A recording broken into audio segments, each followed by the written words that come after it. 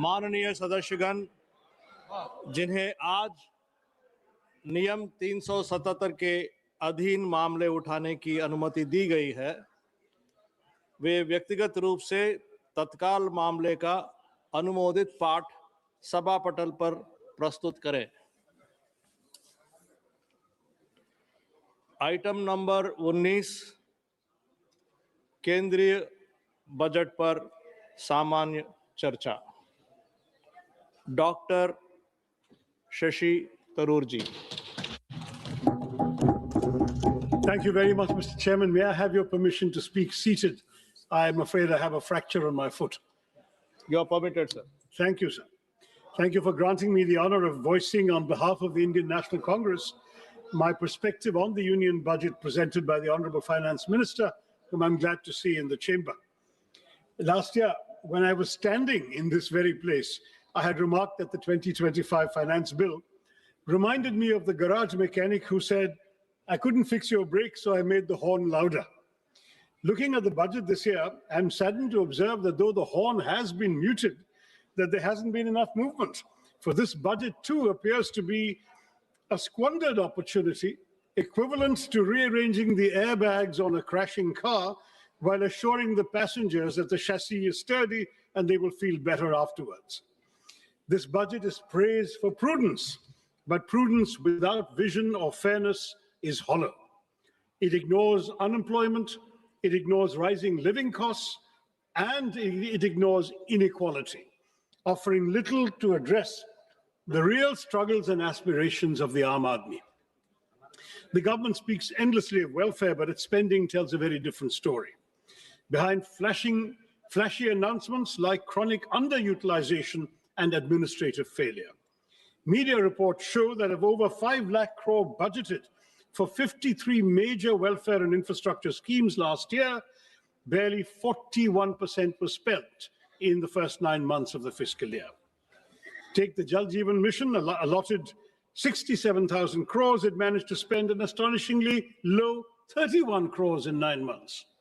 The much touted PM Schools for Rising India scheme spent only 473 crores out of 7,500. More shocking of all, the Pradhan Mantri Anusuchit Jati Abhyudaya Yojana, meant for the socio-economic upliftment of scheduled castes, utilized out of 2,140 crores, merely 40 crores. This is not governance, Mr. Chairman. This is headline management. Where promises are loud, like that horn, budgets are grand, but delivery is conspicuously absent. The budget this year has landed with a thud, not because of what it contains, but because of what it omits. Behind claims of fiscal prudence lie a more uncomfortable reality. The Indian state is shrinking, not by design, but by compulsion.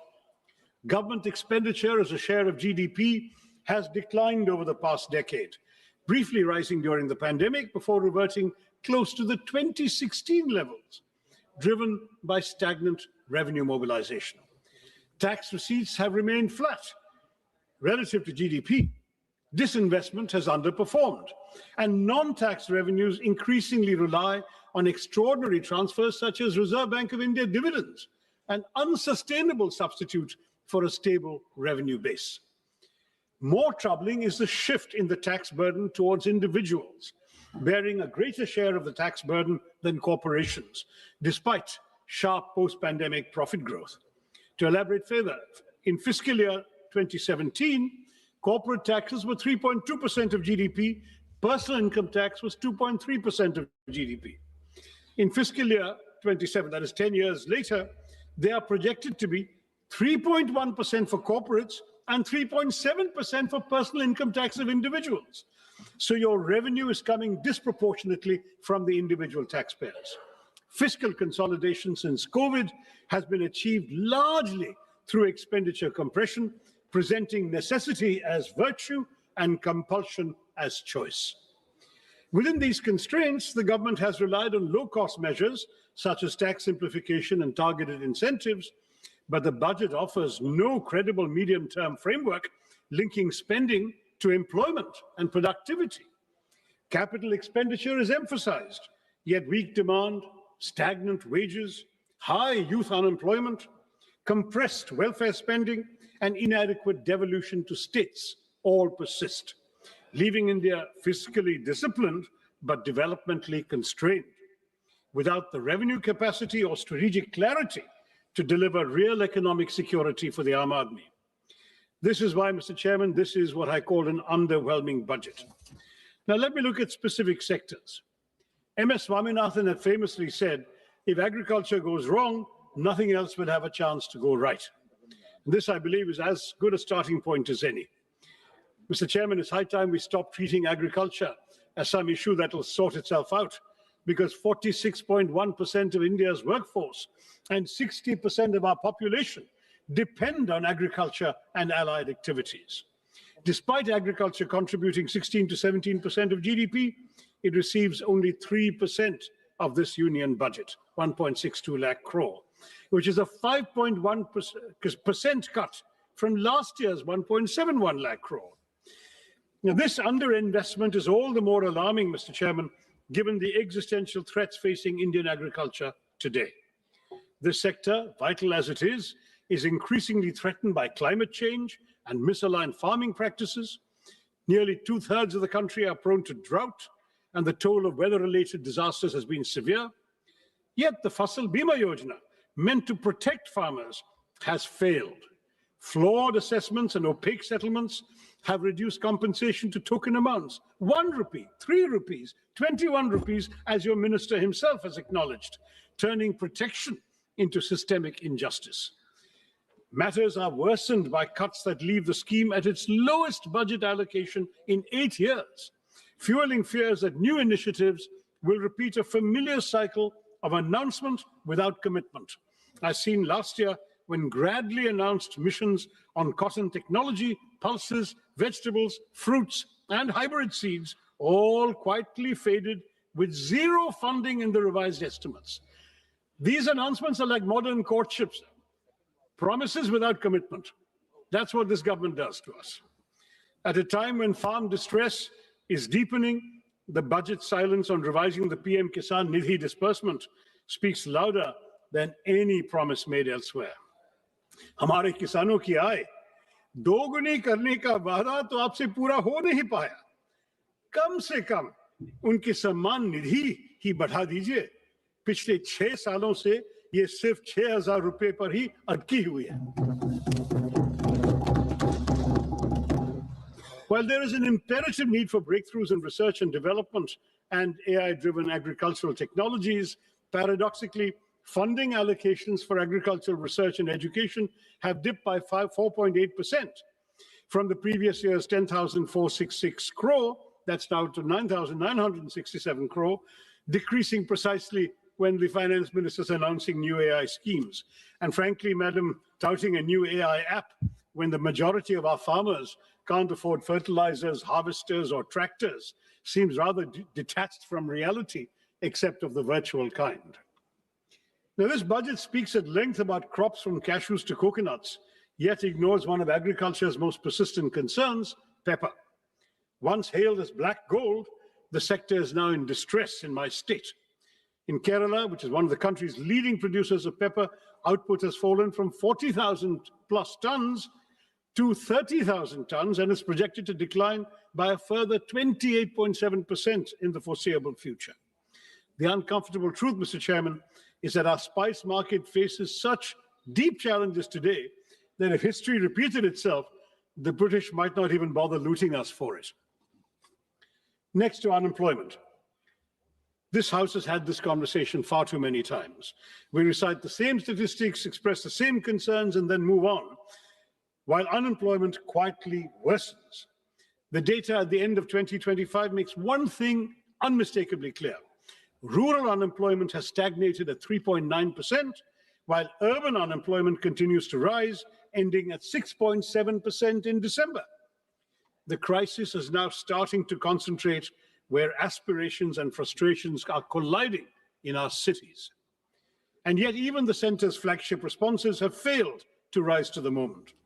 Under the Pradhan Mantri Kaushal Vikas Yojana, barely 41% of certified candidates secured placements. More than half of those jobs were concentrated in just 5 sectors. And of the 1,380 crores released, 278 crores remained unutilized. The Prime Minister Internship Scheme tells a similar story. Allocation 10,831 crores. Ministry spends 526 crores in the first 9 months. This pattern is recurrent, sir. In fiscal year 25, allocations were cut after large unspent balances, with actual spending at just 680 crores. So much for creating employment when we can't even spend the money allocated for the job of creating employment. And what of gig workers, the backbone of our new economy? There is no mention of them in the budget. Their welfare has been deprioritized at a time when unrest grows over the absence of clearly defined benefits, time-bound claims, and appeals mechanisms, and mandatory disclosure of work hours, earnings, and deductions. This silence further weakens the gig workers' access to social security in practice. Any discourse about the workers of our country stands incomplete without a discussion about Manrega, now replaced by the ambitious VB-G Act. It increased guaranteed work days from 100 to 125, introduced weekly wage payments, but at the same time it hollowed out the legal employment guarantee. While Manrega was demand-driven, fully centrally funded for unskilled wages, and rooted in decentralized planning, the new Act caps central funding through state-wise normative allocations, shifts 40% of the costs, the wage costs, to most states, and allows the scheme to be paused for up to 60 days during the peak agricultural seasons, shrinking the real window of guaranteed work. Once a state's allocation is exhausted, workers' statutory right to employment effectively ends. This converts an open-ended rights-based program into a budget-restricted, centrally rationed scheme where fiscal ceilings override legal entitlements. The VB-G scheme received a massive allocation of 95,000 crores in this budget, yet it has a major overlooked flaw that also needs to be addressed as soon as possible, Madam Minister. It attempts inclusion, but perhaps unintentionally drives technological exclusion. Manrega trusted the panchayats and gram sabhas to plan work based on local needs and community strengths. But the G Act mandates dashboards with GIS tools, PM Gati Shakti layers, central digital stacks. Local priorities are filtered through a Viksit Bharat National Rural Infrastructure Stack, making biometrics, geotagging, dashboards, and AI audits statutory requirements. Thus, for millions of tech workers, for rural workers, one tech failure will mean exclusion without appeal and work without skill considerations. Now, when you have millions struggling to find work, Mr. Chairman, the least the government can do is to ensure that they move freely across the country to seek opportunities. But here too, Mr. Chairman, we see a pattern of neglect that is as consistent as it is shameful. Nowhere, I might add, is this neglect of connectivity clearer than in Kerala. Despite repeated demands for new railway lines to decongest existing routes, the state finds no mention in the finance minister's much-touted 7 high-speed railway corridor initiative. One is compelled to ask, does strategic connectivity end where political inconvenience begins? The consequences of this neglect are borne daily by passengers and railway staff alike in my state. Chronic overcrowding has pushed passenger capacity to dangerous limits. Sanitation has visibly deteriorated. Even basic facilities remain inadequate. It's telling, Mr. Chairman, that locomotive pilots entrusted with the safety of thousands are forced to work without assured access to toilets. For passengers, the experience is no better. Overcrowded coaches, unsanitary conditions, and a steady erosion of dignity that no glossy brochure can conceal. These failures are structural, they're not incidental. The railway sanction strength across categories stands at over 2 lakhs, yet only about 1.59 lakh employees are in service. This staffing deficit compromises safety, delays operations, and stretches frontline workers beyond reasonable limits. A railway system cannot run on announcements alone. Continued underinvestment in capacity, personnel, and basic human conditions risk turning the nation's lifeline into a symbol of administrative exhaustion. And it's not just railways, Mr. Chairman. We hear of national corridors and maritime ambitions, but Vizhinjam Port, India's gateway to global trade, our only port that can host the world's largest container ships, is treated as a local afterthought, with no central support announced for the road and rail connectivity that is hampering its potential as a world-class transshipment port. Similarly, while 20 new national waterways are to be operationalized, it remains unclear how many, if any, will benefit Kerala. Ship repair ecosystems are promised in Patna and Varanasi, but not in a state with 44 rivers and a rich inland waterway network. Our coastal communities, Mr. Chairman, face the deadly peril of sea erosion that has already leached so much of our territory into the sea. But there is no money for the sea walls and groins so essential for coastal protection. I have been raising this repeatedly in the House over the last 15 years. The center tells me it's a state's problem. The state says it has no money. So we continue losing our territory, our seafront, to the marauding ocean. The lives and livelihoods of our fisher folk, mostly living below the poverty line, are apparently of no concern to our budget makers either. And if maritime connectivity disappoints, Mr. Chairman, should we rely on the air? The regional connectivity scheme, which promised to give wings to the armed Nagrik, to lift aspirations off the ground, make the skies accessible to all, yet today, many of those promises lie grounded. Nearly a decade on, at least 11 airports launched under UDAN have seen flights taper off or disappear altogether. Runways without aircraft, terminals without passengers, skies conspicuously empty. Last year, we were promised a modified UDAN with 120 new destinations and 4 crore passengers. But in this budget, Mr. Chairman, UDAN does not even earn a mention. Not just that, but for fiscal year 24-25, a total of 81 airports owned and operated by the Airports Authority have incurred financial losses. Duopolies have led to declining service quality, with the Indigo fiasco exposing the vulnerabilities of our airline industry. When aviation policies cannot stay airborne beyond announcements, one must ask whether this government is still committed to democratizing the skies, as it claims, or rather, as the minister claimed last year. Mr. Chairman, if connectivity cannot move people physically, one would hope education might lift them socially and economically. But here too, we see a betrayal of promises. India speaks of global excellence while presiding over domestic neglect. The national education policy promised 6% of GDP for education. Years later, spending remains at barely 4%, with the union government contributing only 0.4% and leaving states to shoulder an unsustainable burden. The consequences are visible and damaging.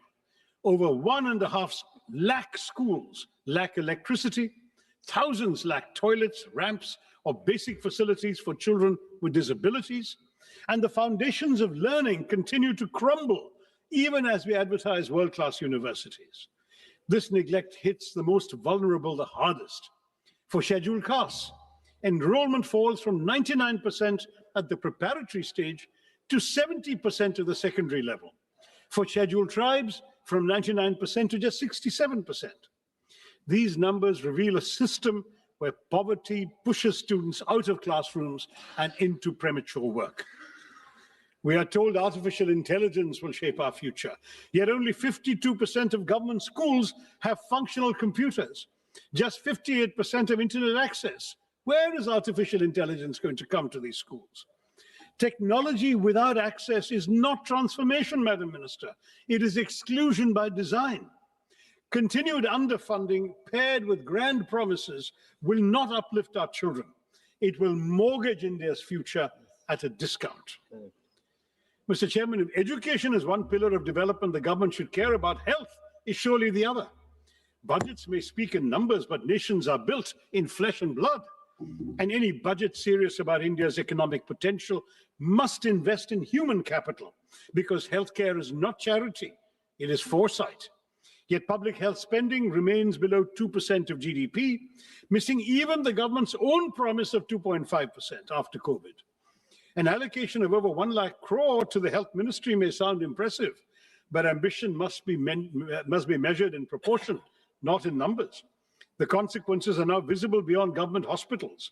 Since 2019, over 600 private hospitals have exited the Ayushman Bharat Jan Arogya Yojana, revealing the fragility of coverage without delivery.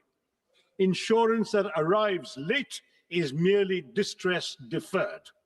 Meanwhile, the fundamental determinants of health, clean air, safe water, nutritious food, and mental well-being continue to deteriorate even as disputes rise and mental health indicators worsen. A nation that seeks economic greatness cannot afford to economize on the health of its people. While you propose, Madam, exempting 7 additional rare disease drugs from import duties, your centers of excellence for rare diseases are few, unevenly distributed, and unable to utilize even the insufficient funds allocated, leaving thousands of patients to die every year for lack of treatment. And nowhere is this pattern of neglect more glaring than in the case of the long-promised AIMS in Kerala. First year of the NDA government, the promise was announced. The promise still remains unrealized. A state with one of the strongest public health records in the country continues to wait, while this budget, like its predecessors, offers neither clarity, nor timelines, nor urgency. 22 AIMS have been sanctioned across India, Mr. Chairman, but when it comes to Kerala, the silence is deafening. And AIMS that is not even a dot on a map is not institution building, it is institutional disregard. Kerala does not lack need, capacity, or credibility. What it lacks, it seems, is visibility in this government's priorities. Why, Mr. Chairman, is Kerala invisible to this government? I'd like to know. Equally telling is the silence on air pollution.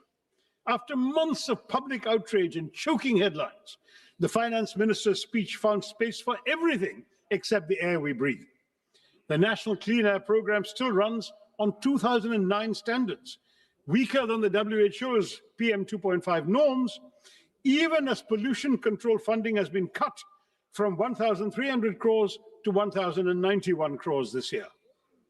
A budget that saves on rupees but ignores the air its citizens breathe reduces development to bad arithmetic, not good progress.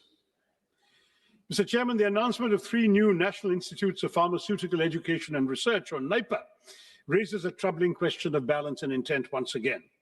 I'm sorry to return to my state, but Kerala, despite one of the country's strongest public health ecosystems and a proven record in healthcare delivery, once again went unaddressed.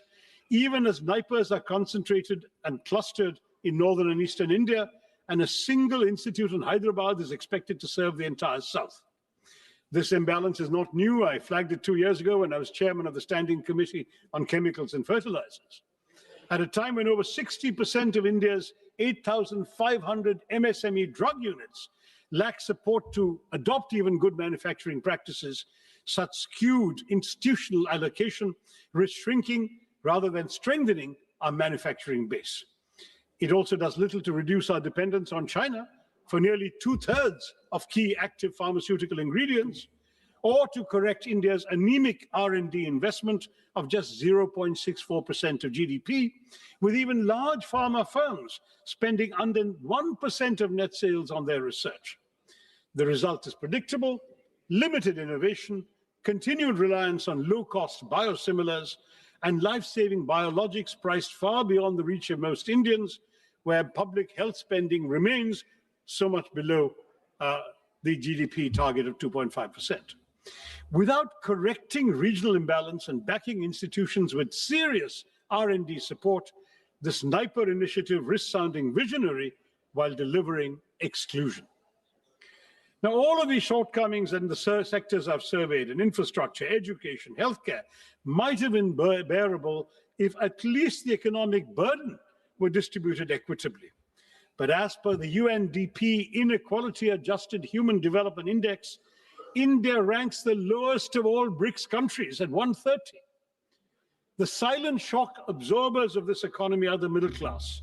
They are now cracking under the strain. The symbols of success we see today, smartphones, cars, lifestyle assets, are only sustained by EMIs, Mr. Chairman, for the middle class, leaving the Aam Aadmi little room for health insurance, for savings, or medical emergencies. Credit cards are once a luxury or a convenience. They've now become a lifeline. Defaults rose 28% last year to 6,742 crore rupees, not because Indian households are reckless, but because they're running out of room to breathe. With 2.9 lakh crore rupees in outstanding dues and 10.5 crore cards in circulation, borrowing has become the price of staying afloat. Even as households struggle, the tax burden has quietly shifted onto them. Personal income tax now contributes over half of all direct taxes, while the corporate share declines, as I mentioned earlier. And while last year's budget at least acknowledged middle-class housing stress through the Swami Fund, this budget offers only silence. Inflation may look subdued on paper, but for citizens, the cost of living has merely been shifted. When the state fails to provide clean air, safe water, and uncontaminated food, households are forced to buy privately what should be public goods: air purifiers, water filters, basic safeguards. This burden is unequal, Mr. Chairman. The privileged can protect themselves, while the poor remain exposed. A nation cannot grow by exhausting the very people who sustain it. The Aam Aadmi who are financing this government are being sent deeply troubling signals on taxation. A one-time concession allowing special economic zone manufacturing units to sell domestically at reduced duties is little more than tokenism when the SEZ ecosystem itself is collapsing, with hundreds of zones shut and employment in free fall. More disturbing still is the withdrawal of income tax exemption on disability pensions for defense personnel. This move weakens social protection for disabled veterans who've risked their lives for our country and draws an indefensible line between service-related disabilities and abdication of the state's moral duty to those who have made such sacrifices for the nation. Now, I'd like to acknowledge that amid this disaster and disorder, there has been some measure of fiscal discipline. The fiscal deficit has edged down from 4.5% to 4.4%. Minister speaks of a further reduction to 4.3%, and that sounds reassuring on paper. But I've been in this House long enough, Mr. Chairman, to remember when her predecessor, the late Arun Jaitley, as finance minister, set a target of 3.5%. We're nowhere near that benchmark today, yet we seem eager to applaud for settling at a much higher number. Perspective matters, sir, and without it, these figures lose their meaning, especially when they fail the only test that truly counts: whether the Aam Aadmi has more money in his pocket, whether he has wages that keep pace with prices, whether he or she has a life that is becoming easier. Fiscal prudence cannot be celebrated in isolation when household budgets remain under strain and economic security is elusive for millions. In this budget, the Union government has once again doubled down on an infrastructure-led growth strategy, raising capital expenditure to 12.2 lakh crores on the assumption that public capex will crowd in private investment and generate jobs. But this promise has yet to materialize. In fact, it hasn't materialized at all during this government's tenure. Private investment has throughout remained sluggish. Labor-intensive sectors are crowded out by capital-heavy projects. Welfare spending has been compressed, and key subsidies and social sector allocations fall short of stated goals. The burden has increasingly been pushed onto the states without adequate devolution of tax revenue. Meanwhile, unemployment, particularly amongst educated youth, remains distressingly high, and capacity utilization continues to remain below levels that would trigger a genuine private investment cycle. In this context, the capex-centric approach appears less like a strategy for inclusive growth and more like a gamble that ignores weak demand, joblessness, and the lived economic distress of the ordinary citizen. Mr. Chairman, no nation can develop on slogans or headlines alone. India's investment in research and development remains stuck at 0.6% of GDP, not only below advanced economies, but even below several emerging ones. China invests about 2.4%, Brazil even over 1%, the US 3.5%, South Korea 5% of GDP. A country that aspires to be a manufacturing and knowledge powerhouse cannot afford to treat research and development as an afterthought. I would urge the minister to elevate R&D as a national priority. Now, on urban cities, on our cities, it should be pointed out that the hesitancy in innovation is reflected in the Smart Cities mission, which has become a reminder of unfulfilled promises. A decade after Smart Cities was announced, deadlines have been repeatedly extended from June 23 to December 25, no real change on the ground. Claims of 96% completion certainly ring hollow for somebody from Thiruvananthapuram or Warangal or Silvassa or Port Blair, because they're all incomplete. Large parts of the Northeast continue to lag, leaving even the Parliamentary Standing Committee unconvinced. Instead of transforming urban life, the mission has largely polished a few elite enclaves, while basic services for millions remain untouched. I can't not mention the new interim trade agreement with the United States, sir, because that has just come out after the minister's speech. It looks less like a free trade agreement than a pre-committed purchase agreement that overturns every principle of reciprocity. How can we speak of a reciprocal tariff of 18% on one side and 0% on the other? At a time when India's total bilateral trade with the US stands at roughly 130 billion US dollars, and we have a trade surplus of only 45 billion US dollars, we have surprisingly promised to buy $500 billion worth of American goods over 5 years. This effectively converts a surplus into a long-term deficit by executive assurance rather than by market demand. No major economy has ever neutralized its own trade leverage in this manner. While the US continues to impose import tariffs of up to 18%, we have committed ourselves, apparently, according to this joint statement that I've been seeing here, joint US-India statement, to impose tariffs up to 18% on Indian exports, and we to slash tariffs to near zero levels, open agriculture, dilute data localization, soften intellectual property safeguards, and even redirect strategic energy imports, especially away from Russia, to meet purchase targets. Now, this is not strategic balancing, it is economic preemption. Parliament has neither been told how farmers, MSMEs, and domestic industry will be protected, nor why India has voluntarily surrendered its negotiating power without securing proportional market access. Without securing proportional market access or policy space in return. I know the government will say, wait for the final agreement, it's coming in mid-March, but let them be aware these concerns exist right now, sir. And the government's claim that India has secured a better deal than China, Vietnam, or other Asian economies does not withstand scrutiny. While India has obtained a tariff reduction of 1 or 2 percentage points from them, no East Asian economy has agreed to deliberately dilute its trade surplus with the US through guaranteed purchase commitments. On the contrary, China, Vietnam, and several ASEAN countries have actually expanded their trade surpluses with the US, even amid heightened trade tensions. And this ambiguity, Mr. Chairman, has a direct bearing on the credibility of the budget itself. When both the Minister of Commerce and Industry and the Minister of External Affairs were questioned on these commitments, they were really offered no clear explanation of their scale, timeline, or fiscal implications. Now, the reason I mention this in the context of the budget is that key budgetary assumptions on trade balances, external financing needs, and overall macroeconomic stability rest on information that the Parliament does not possess and has not been given. A budget framed amid such uncertainty is not just incomplete, it asks this House to approve numbers without knowing the obligations that may soon overtake them from this trade agreement. Now, I do want to say that when the two ministers play ping pong with each other, saying it's not in their mandate to answer the question, each one attributes it to the other, then that looks like a rather disappointing game, because when no minister claims ownership of something like this, accountability disappears, and Parliament is left staring at a budget that conceals obligations that the government seems to lack the courage to admit openly. In short, Mr. Chairman, the real weakness of this government's budget lies in its implementation, where rhetoric is not matched by reality.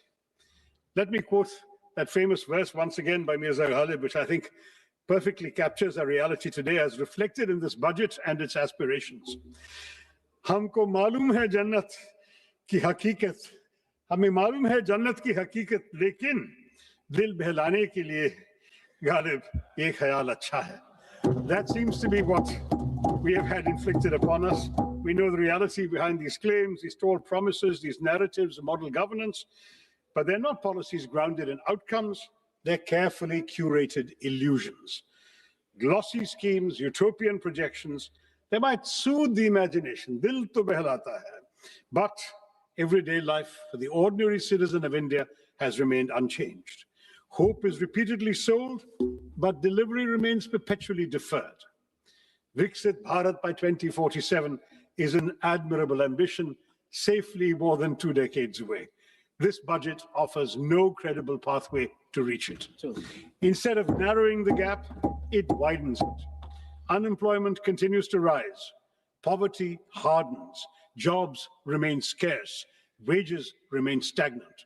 Small businesses, already gasping for relief, are smothered under layers of compliance, while informal workers, gig workers who sustain our economy with their labor are pushed further into invisibility and insecurity. Government promises railways, yet stations crumble. They speak of flight, yet Udan has flown away. Our pepper, once celebrated as black gold, withers under neglect. Our long coastline stretches endlessly, but is ignored when it comes to protecting it. Education is curtailed precisely when it should be expanded, while the rhetoric of world-class technology and AI grows louder. 1.5 lakh schools still function without electricity, yet Viksit Bharat is spoken of as if the lights are already on. When vision is severed from reality, it ceases to be aspiration and becomes merely an illusion. A truly Viksit Bharat will not be built on slogans, Mr. Chairman, not built on speeches or symbolism, but on delivery that reaches the last citizen of India. Turning promises into outcomes is not a favor. It is not a choice. It is our kartavya. It is your kartavya, may I say to the government. Thank you, Mr. Chairman. And Jai Hind. माननीय श्रीमती अपराजिता सारंगी जी।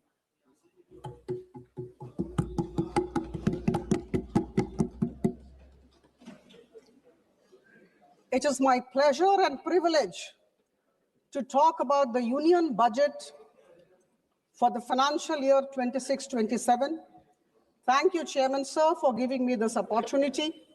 At the outset, I commend Honorable Finance Minister, Madam Nirmala Sitharaman, for giving to this country of 1.4 billion people her 9th consecutive budget, a budget which reflects her commitment, the commitment of the government, the conviction of the government, and the consistency of the government. As I stand here to speak, I'm reminded of a few words from Rigveda, the oldest of our Vedas. Sangachadhvam sangvadadhvam sangvo manansi janatam. हम साथ बोले, हम साथ चलें, हमारी भावना और हमारी सोच एक दिशा में हो. My dear colleagues, we are all moving towards one and only one goal in the country, and the goal is to make India Viksit Bharat by 2047. And I can say with all conviction at my command that this particular budget of the financial year 26-27 is definitely a very strong step in our common journey. For the sake of clarity, I must say, my dear friends, that our Finance Minister, Madam Nirmala Sitharaman, framed the blueprint around 3 kartavyas. Number 1, to accelerate and sustain economic growth. Number 2, to fulfill the aspirations of the people and build their capacities. And number 3, to align with our core objective of Sabka Saath, Sabka Vikas. बंधुगण, यह ऐतिहासिक budget सिर्फ संख्याओं का संकलन नहीं है, यह विकसित भारत की यात्रा में हम सब के लिए एक माइलस्टोन है, एक निर्णायक मील का पत्थर है. यह हमारी आर्थिक स्थिरता, सुधार और हम सब के सामूहिक आत्मविश्वास का दस्तावेज है. My dear colleagues, this particular budget of the union government comes at a time when India is actually moving fast in its growth trajectory, and we must accept and acknowledge this. This is the first budget of the second quarter of 21st century, and that's why it's a very important budget for all of us, for all 1.4 billion Indians. Friends, we are aware of the fact that in 2014, we were the 10th largest economy, and at this juncture, our micro fundamentals are very strong. We are the 4th largest economy, bypassing Japan. We are going to be the 3rd largest economy, bypassing Germany very soon. And our forest reserves are very high. Our exports have gone beyond $800 billion. And I must say here, we have been all listening about inflation rate. The inflation at this juncture, December 25 figure, we are at 1.7%. And here while I say this, I must say that between 2011 and 2014, the average inflation of this country was 9.8%. I must say this, and I think all of us sitting in this house must appreciate this. Friends, the unemployment rate, all of us have been talking about the unemployment rate. It's declining every day, and at this juncture, it is 4.8%. We must realize this. हमारा देश वैश्विक निवेशकों, foreign investors के लिए एक भरोसेमंद गंतव्य की तरफ उभर के आया है, और हम सबको समझना होगा कि इस तरह की जो आर्थिक स्थिति है, जब विश्व में हमारी प्रशंसा हो रही है, हम मजबूत जमीन पर खड़े हैं, यह कोई संयोग नहीं है। यह हमारे अनुशासित वित्तीय प्रबंधन, संरचनात्मक सुधारों और स्पष्ट नीति का प्रमाण है। आदरणीय प्रधानमंत्री जी की सोच, की दूरदर्शिता और मार्गदर्शन को मैं नमन करती हूँ। The analysis of the budget of financial year 26-27 makes it abundantly clear that the Indian government has chosen the path of long-term growth. And this is not growth by impulse. This is not short-term stimulus. This is possible because of sustained, continuous investment in infrastructure, in institutions, in industrial capacity and upskilling. We must realize this. And these 4 things which I talked of are extremely important when a country aspires to become a developed nation. As was told by Honorable Madam Sitharaman in her speech, the expenditure today stands at 53.5 lakh crore.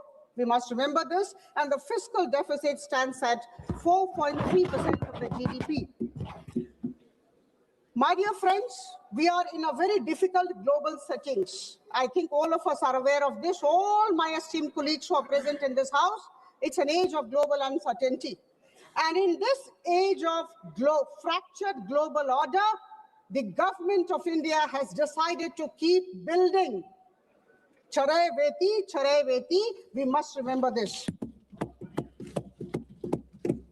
There is a massive scale up in public capital expenditure. I remember in 2014, it was just 2 lakh crore. We must appreciate this. Rupees 2 lakh crore in 2014-15 has gone up to 11.2 lakh crore rupees in 2025-26. And now, with all pride, with all happiness as a citizen of the country, I can say that the public capital expenditure has gone up to 12.2 lakh crore rupees, which is 4.4% of the GDP, and it registers a 10% increase over the last year. And friends, we are aware of the fact that if the capital expenditure grows, then it definitely has a large multiplier effect on the economy. Urban transformation. Urban transformation is a very significant pillar of the budget. Madam Sikaraman talked about engines of growth. The cities, the big towns are today the engines of growth. And a wonderful concept was brought about and placed before all of us, the city economic region. City economic region focusing on tier 2 and tier 3 cities have been thought about by the government. Rupees 5,000 crore will be given to this city economic region, every city economic region, over a period of 5 years to build infrastructure. And we know what will happen. Let's reduce pressure on the mega cities and fostering balanced development in the process. All of us know that no country ever can actually become a developed nation without having manufacturing competitiveness, and our government has tried to give a substantial push to the manufacturing competitiveness idea. This will not only create jobs, but also in the long run help promote our exporting community. The allocation of rupees 10,000 crore to the biopharma sector will not only help our people take care of their healthcare needs, but also lead to huge exports. Similarly, there was mention of many important areas which I think we must be talking about wherever we are. India has really advanced forward. There is focus on semiconductor mission 2.0, nuclear sector, rare earth corridors, data centers, and electronics components mission with a whopping 40,000 crore as the allocation. And I'm sure these investments will lead to less import dependency and make India future ready. I think these are things that we are thinking about our country, and I underscore the fact that we are intending to become Viksit Bharat by 2047, and that is why we have to be future ready. The provision of 4,000 e-buses is definitely going to enhance regional connectivity. My dear friends, 20 new national waterways, expanded road networks, freight corridors, 7 high-speed rail corridors and multimodal logistics system. These are giant leap towards a more competitive, resilient, confident, and self-reliant Viksit Bharat by 2047. We may like it, we may not like it, but we need to accept it. My dear friends, I take this opportunity to convey our immense gratefulness to our Honorable Prime Minister for going for almost 9 free trade agreements and trade deal with a couple of countries in the last couple of years. Again, there would be critics, there would be naysayers, but I know to every action of Prime Minister Modi, there is an equal and opposite negative reaction from my right side. Free trade agreements and trade deal have been signed with New Zealand, UK, Oman, Australia, European Union consisting of 27 nations, and recently with the US. And this is an indication of a particular thing which I think we need to appreciate. This is an indication of the fact that the government of India under the leadership of our Prime Minister knows how to navigate in a difficult world order. I talked about difficult global settings. We are aware of that. And in this difficult world order, the government of India for the past couple of years, about 10, 12 years, have acquired the ability, the capability, the talent to navigate successfully. In this budget, a number of customs duties and import duties have been withdrawn. And this is for good. This is to help the exporting community. Friends, I would like to give certain examples which I think all of us need to appreciate. We have allowed duty-free import of ingredients by seafood exporters, allowing 3% of freight on board value of exports to be imported duty-free by textile and leather goods. and allowing SEZ units to sell in domestic tariff area at concessional duty. And these are extremely progressive and pragmatic ways of strengthening our exporting community. My dear friends, our Prime Minister and our Finance Minister have been talking all the while about the micro, small and medium enterprises.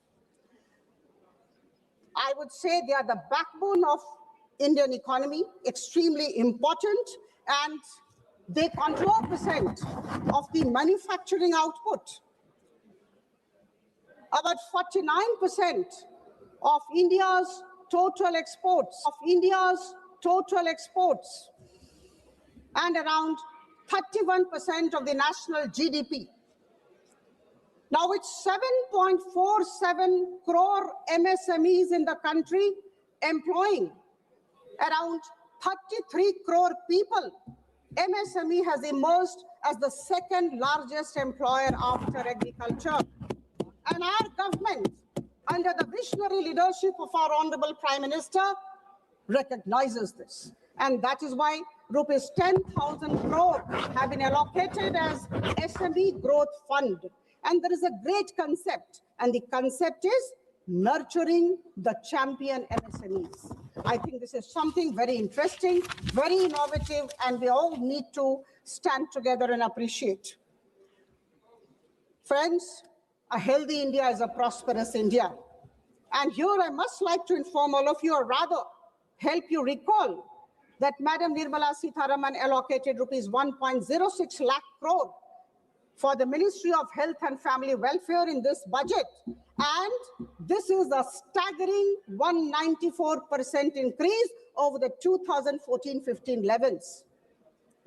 In order to make our healthcare affordable and even accessible to many people, you know, the customs duties, the import duties have been withdrawn from 17 cancer drugs and drugs of many diseases which are rare by nature. I think this is something for which our government, Prime Minister Modi's government, needs to be commended and complimented. Now, my dear friends, could anybody think about AVGC, animation, visual effects, gaming and comics? This government is planning to raise about 2 million professionals by 2030 in AVGC sector. Absolutely out of the box idea. You may like it or not, but this is highly innovative and an out of the box idea of our government. Now here, the government will be supporting the Institute of Creative Technologies, Mumbai, to raise these professionals and to actually establish content creator labs in about 15,000 secondary schools and 500 colleges. It is very easy for me to read out, as my dear friend just did. When you are convinced about what your government is doing, you know, you need not read out from the papers. I know what our government is doing and how my government is ensuring that India moves forward. I don't have to look into papers for data and statistics. We are convinced that the government is moving forward, and this confidence is coming out when we speak about the government's good works. Friends, there is a very interesting thing. Ma'am, kindly address the chair. Yeah, thank you. To ensure sustained economic growth, and also at the same time to keep fiscal deficit in check, is an interesting phenomenon. It's a challenge. And I'm extremely happy to inform the House that we recognize, we appreciate that this government has been doing that. Our growth momentum has been sustained, and at the same time, fiscal deficit is low, 4.3%, as I told earlier. This is a challenge which has been taken on by the government. The budget of financial year 26-27 is definitely pragmatic, pro-people, and balanced in nature. हमें सशक्त, आत्मनिर्भर और विकसित भारत बनाना है। बंधुगण, आदरणीय प्रधानमंत्री जी की सोच, उनके दिग्दर्शन, उनकी सकारात्मकता के सामने हम सब नतमस्तक हैं। मैं नमन करती हूं और उनके लिए दो पंक्तियां। मैं सोच भी बदलता हूं, मैं नजरिया भी बदलता हूं, मंजिल जाने तक का जरिया भी बदलता हूं। और अगर बदलता नहीं कुछ तो सिर्फ अपना लक्ष्य नहीं बदलता हूं, अपना पक्ष नहीं बदलता हूं। आप सबको बहुत बहुत धन्यवाद। कहना आसान है, करना कठिन, लेकिन हमारी सरकार आदरणीय प्रधानमंत्री जी के बलिष्ठ नेतृत्व में आगे बढ़ती जा रही है। आइए हम सब संग गच्छध्वम संग बदध्वम संग वो मनांसी जानताम, हम साथ चले, हम साथ बोले और हम सब की सोच और भावना एक दिशा में हो। बहुत बहुत धन्यवाद। माननीय श्री अखिलेश यादव जी।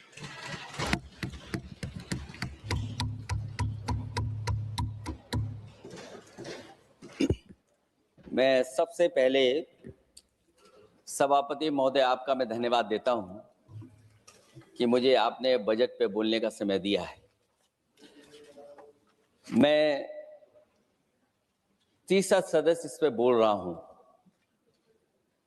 मैं अभी में से पूर्व कांग्रेस पार्टी के नेता माननीय शशि थरूर जी जो बात कह रहे थे, उन्होंने बहुत सारे आंकड़े दिए हैं। सभापति महोदय, वही मिलते जुलते आंकड़े हमारे पास भी हैं। जब कभी जवाब आए तो शायद उन आंकड़ों का जवाब भी आए। और जब वो अपनी बातों को खत्म कर रहे थे तो वो एक शेर पढ़ के गए हैं, मिर्जा गालिब का एक शेर पढ़ के गए हैं सभापति महोदय। सभापति महोदय, यही शेर अगर बीजेपी को पढ़ना होता तो बीजेपी कैसे पढ़ती? अगर यही शेर बीजेपी को पढ़ना पड़ता तो वो पढ़ते कि हमको मालूम है स्वर्ग की सच्चाई, लेकिन दिल को बहलाने के का गालिब ये ख्याल की जगह सोच अच्छा है। सभापति महोदय, यही फर्क है। सबका साथ, सबका विकास। सभापति महोदय, बोलने से पहले मैं जब बजट को देख रहा था और अक्सर सरकार को पिछले कई सालों से चलता हुआ मैं देख रहा हूं, मैं कहना चाहता हूं, क्यों झूठे ख्यालों में दिन रात करें, जो बनाते हैं हवा में बातों के महल, आओ उनसे कुछ जमीनी बात करें। सभापति महोदय, बजट आने से पहले और बजट आने के बाद पूरा देश और पूरे देश में ये बहस चल रही थी कि अमेरिका को लेकर के डील होने जा रही है। सभापति महोदय, मुझसे पहले अभी जो भारतीय जनता पार्टी की माननीय सदस्य बोल रही थी, और भारतीय जनता पार्टी का ये पक्ष है कि हम लोगों ने दुनिया में बहुत सारे देशों से फ्री ट्रेड एग्रीमेंट कर लिया है। सभापति महोदय, मैं भारतीय जनता पार्टी की सरकार से जानना चाहूंगा, अभी कितने देश और बचे हैं जिससे आप फ्री ट्रेड एग्रीमेंट नहीं कर पाए हैं? कुछ ऐसे भी देश बचे होंगे शायद जिनसे आपकी इच्छा होगी कि हम फ्री ट्रेड एग्रीमेंट कर लें। और सभापति महोदय का फ्री ट्रेड एग्रीमेंट हो भी जाते हैं। जो लोग कभी रुपए के बारे में बहुत चिंता करते थे, कभी कभी उम्र से, कभी कभी दूसरे लोगों के उससे जोड़ देते थे, इतने सब फ्री ट्रेड एग्रीमेंट होने के बाद और अमेरिका से डील नहीं ढील हुई है, उसके बाद हमारा रुपया कहां पहुंचेगा? और अगर यही डील होनी थी तो 11 महीने इंतजार क्यों कराया? अगर यही डील होनी थी सभापति महोदय, तो 11 महीने किस बात का इंतजार था? हमारे कारोबारियों को या हमारे जितने भी उद्योग से जुड़े लोग हैं, उनके साथ ये परेशानी क्यों? बजट पर सबसे पहला सवाल यही है कि डील पहले बनी है बजट।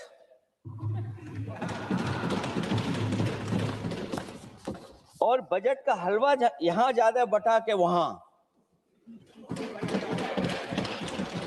सभापति महोदय, स्वदेशी, आत्मनिर्भर, ये शब्द तो बहुत अच्छे लगते हैं,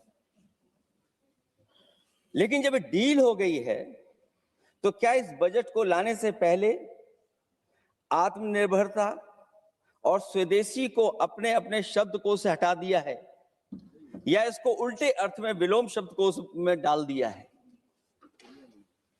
और ये डील नहीं है जो हम आप सब समझ पा रहे हैं, शायद 70 वर्ष के लोग ये नहीं समझ पा रहे होंगे, लेकिन पूरा देश समझ रहा है कि हमने अपना बाजार एक बार और खोल दिया है। $500 बिलियन का व्यापार एक तरफा। हमारे आत्मनिर्भरता कहां जाएगी?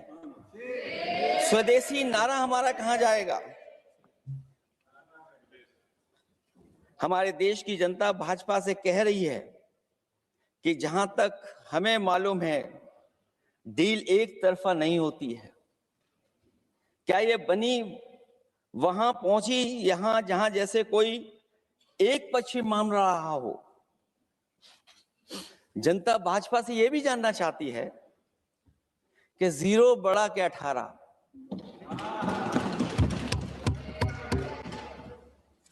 सभापति महोदय, भाजपा का समझौता गणित क्या यह है कि 18 0 के बराबर है?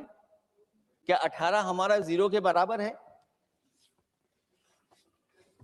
देश के किसानों, दुकानों, उद्योगों को बचाने के लिए खोखले शब्दों के अलावा भाजपा के पास कोई और सुरक्षा कवच या संरक्षण योजना है कि नहीं है? इसलिए मैं सभापति महोदय कहना चाहता हूं, ये बजट दिशाहीन है।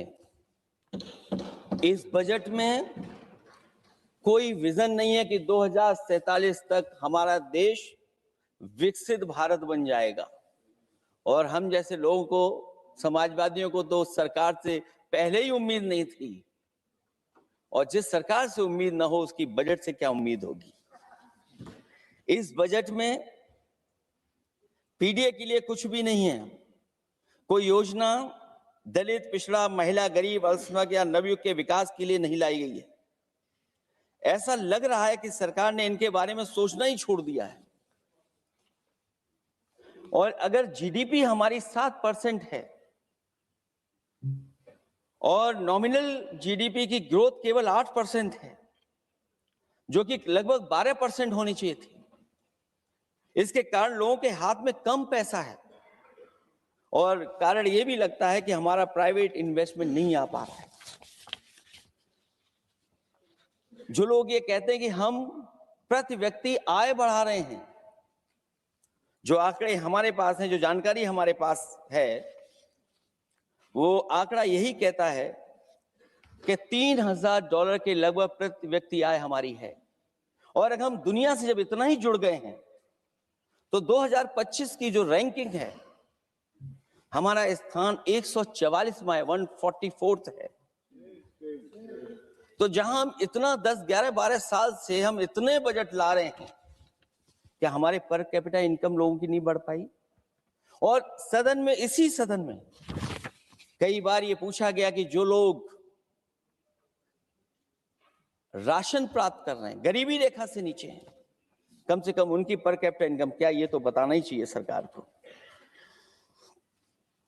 और पिछड़ेपन को दूर करने के लिए कोई विजन नहीं दिखता इस बजट में। जैसे जब बजट आता है तो बजट में ढूंढते हैं हम लोग कि हमारे स्टेट के लिए क्या और खास नया आया होगा। उत्तर प्रदेश जैसा प्रदेश जहां पर डबल इंजन की सरकार को बहुत कुछ कहा जाता है कि डबल इंजन की सरकार है, हम विकास भी डबल करेंगे, लेकिन मैं देखता हूं उत्तर प्रदेश के लिए कोई खास योजना ऐसी नहीं आई है जिससे उत्तर प्रदेश के 25 करोड़ लोगों को कुछ मुख्य धारा से जोड़ा जाए। वैसे तो बड़े बड़ी योजनाएं बताई जा रही हैं कि हमारे कई फ्रेट कॉरिडोर्स बन रहे हैं, वाटरवेज बन रहे हैं, एक्सप्रेसवेज बन रहे हैं, लेकिन उत्तर प्रदेश जहां से प्रधानमंत्री जी आते हैं, भविष्य में जो बनेंगे एक्सप्रेसवे, लेकिन भारत सरकार के बजट से कोई भी अभी एक्सप्रेसवे वहां पर नहीं बना। अगर कोई बना हो, नया बन रहा हो, बड़ा बन रहा हो तो बताएं। और जो बने भी हैं वो उस मानक, उस क्वालिटी के नहीं हैं जिस क्वालिटी के आज विकसित भारत के एक्सप्रेसवे होने चाहिए। जो लोग भ्रष्टाचार पे बड़े बड़े सवाल उठाते हैं, वो कम से कम अपनी सड़कों को देखें, अपने एक्सप्रेसवेज को देखें कि उन्होंने क्या बना करके खड़ा इतने हजारों करोड़ रुपए खर्च करने के बाद। इनके सबसे पहले प्रधानमंत्री अटल बिहारी वाजपेयी जी, उनके नाम से कोई एक्सप्रेसवे बन रहा था। सभापति महोदय, हम लोगों ने अखबारों में पढ़ा, कई लोग स्टेटमेंट भी देते हैं कि हम एक्सप्रेसवे बना रहे हैं। उनके नाम से बनने के साथ साथ उनका नाम भी बदल दिया। पहले वो चंबल एक्सप्रेसवे बन रहा था, फिर अटल जी के नाम से एक्सप्रेसवे बन रहा था। लगता है वो जमीन पर नहीं उतरा है, वो केवल कागजों पे बन रहा था। तो ये तो एक्सप्रेसवे की बात हुई। सबसे बड़ा सवाल यह है कि किसान को लेकर के इन्होंने कहा कि किसान की हम आय दोगुनी कर देंगे। आज हमारा किसान इस उदारीकरण में कहां खड़ा है? जिस किसान को लेकर के पूरे देश के सभी राजनीतिक दल चिंतित रहते हैं, इस डील के बाद हमारे किसानों का हाल क्या होगा? और जब सब कुछ विदेश से ही आएगा तो हमारा किसान भारत में क्या उगाएगा, जमीन पर क्या होगा और क्या बेच पाएगा? सभापति महोदय, सरकार ने बड़ा बड़ा बजट पेश किया, कहा कि हम एग्रीकल्चर इंफ्रास्ट्रक्चर तैयार करेंगे, एग्रीकल्चर इंफ्रास्ट्रक्चर से हम मंडियां तैयार करेंगे, बाजार तैयार करेंगे, एमएसपी लागू करेंगे। हमारे किसान जब काले कानून के खिलाफ लड़ रहे थे, बड़ी संख्या में जान चली गई, उसके बाद सरकार कहीं पीछे हटी और उन्होंने काले कानून वापस लिए। लेकिन आज भी किसानों को जो कानूनी गारंटी मिलनी चाहिए वो अभी तक एमएसपी की कानूनी गारंटी सरकार नहीं दे पाई। और जो 23 क्रॉप और हॉर्टिकल्चर क्रॉप और दूध को लेकर के सरकार दावा करती कि हम सब्जियां इतना, हॉर्टिकल्चर क्रॉप्स हमारी इतनी ग्रो कर गई हैं, हम दुनिया में इतना पैदा कर रहे हैं। दूध के जब आंकड़े बताते हैं कि दुनिया में हम दूध का उत्पादन इतना कर रहे हैं, और अगर आपका बजट ही विकसित भारत का बजट है तो हमारे हॉर्टिकल्चर क्रॉप्स और जो हमारा किसान दूध का उत्पादन कर रहा है, दूध का उत्पादन हो रहा है, उसके लिए एमएसपी की गारंटी कब देंगे आप लोग?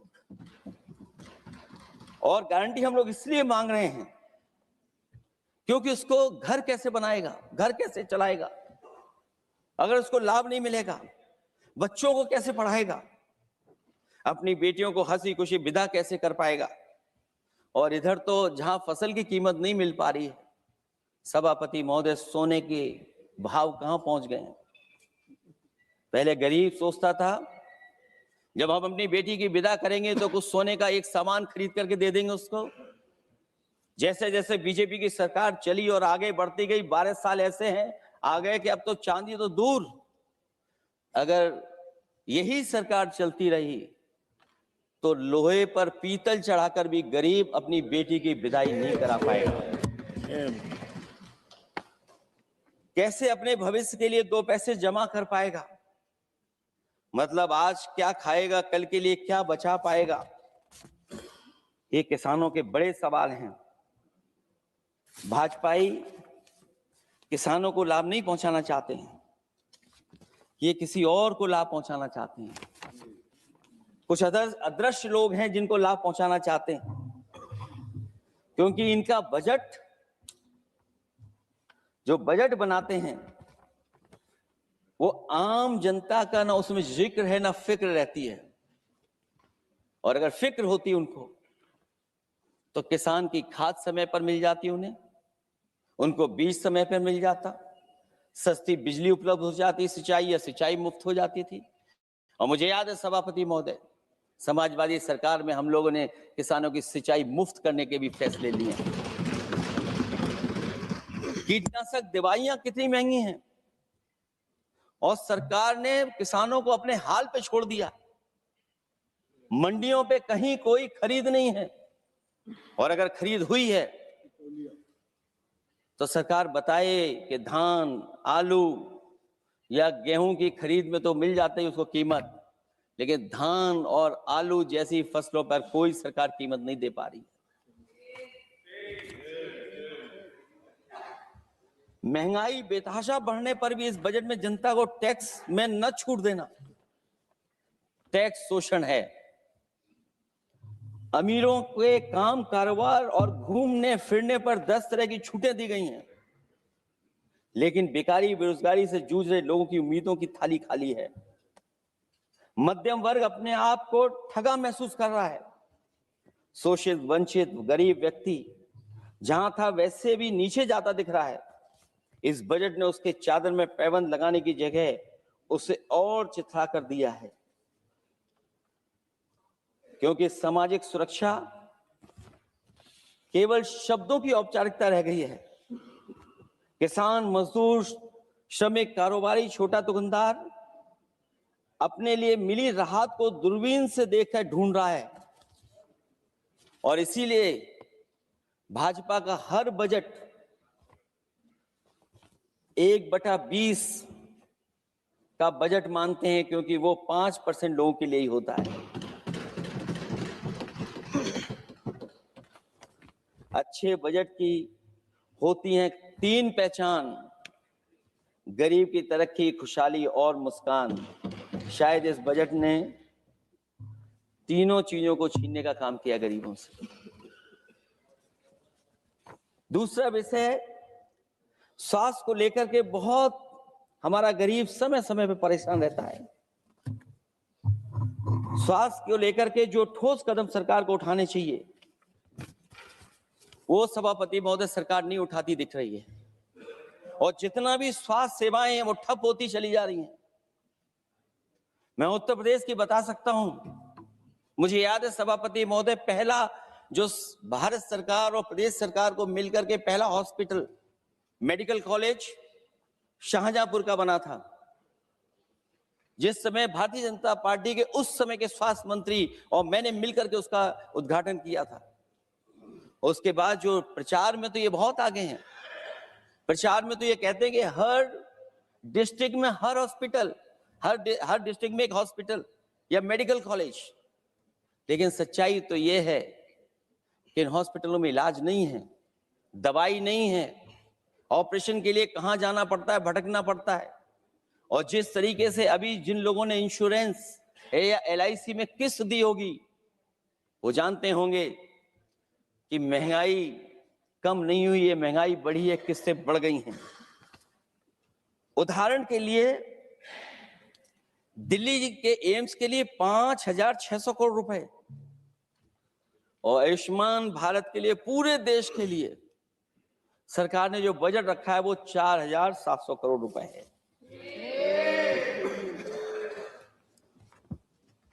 सुनते हैं पहले उपवन में हर ऋतु में बहार गाती थी, कलियों का तो कहना ही क्या, मिट्टी में खुशबू आती थी। ये भी ज्ञात हमें उपवन में कुछ ऐसे भौरे आए थे, सारा चमन कर दिया मरघट, अपने साथ जहर लाए थे। लेकिन अगर चमन वाले ही भौरों के रंग ढंग अपनाएं, माली तुम ही फैसला कर दो, हम किसको दोषी ठहराएं। सभापति महोदय, मैं उत्तर प्रदेश से आता हूं, जहां पर प्रधान संसदीय क्षेत्र है। राजमाता पूजनीय अहिल्याबाई होलकर जी, उनकी मूर्ति थी, उसको बुलडोजर से तोड़वा दिया। सभापति महोदय, कोई कल्पना कर सकता है एक मणिकर्णिका घाट जो हमारी पौराणिक पहचान रही, सदियों से हमारी विरासत की पहचान रही, सनातनी काशी की विरासत रही, वहां पे इनकी सरकार ने प्रधान संसदीय क्षेत्र में बुलडोजर चला करके हमारी पूजनीय अहिल्याबाई होलकर की मूर्ति को इन्होंने तोड़ने का काम किया। और सभापति महोदय, केवल एक मूर्ति नहीं, वहां पर अगर हम गिनती करेंगे, एक नहीं, दो नहीं, तीन नहीं, चार नहीं, पांच नहीं, छह नहीं, सात नहीं, लगभग 100 मंदिरों को तोड़ने का काम इसी सरकार में हुआ है। केवल मंदिर नहीं तोड़े गए सभापति महोदय, एक antique bell donated bye Nepal Naresh, जो घंटा बजता था, सभापति महोदय, जो घंटा बजता था, नेपाल नरेश जिन्होंने गिफ्ट किया था, वो घंटा भी लापता है।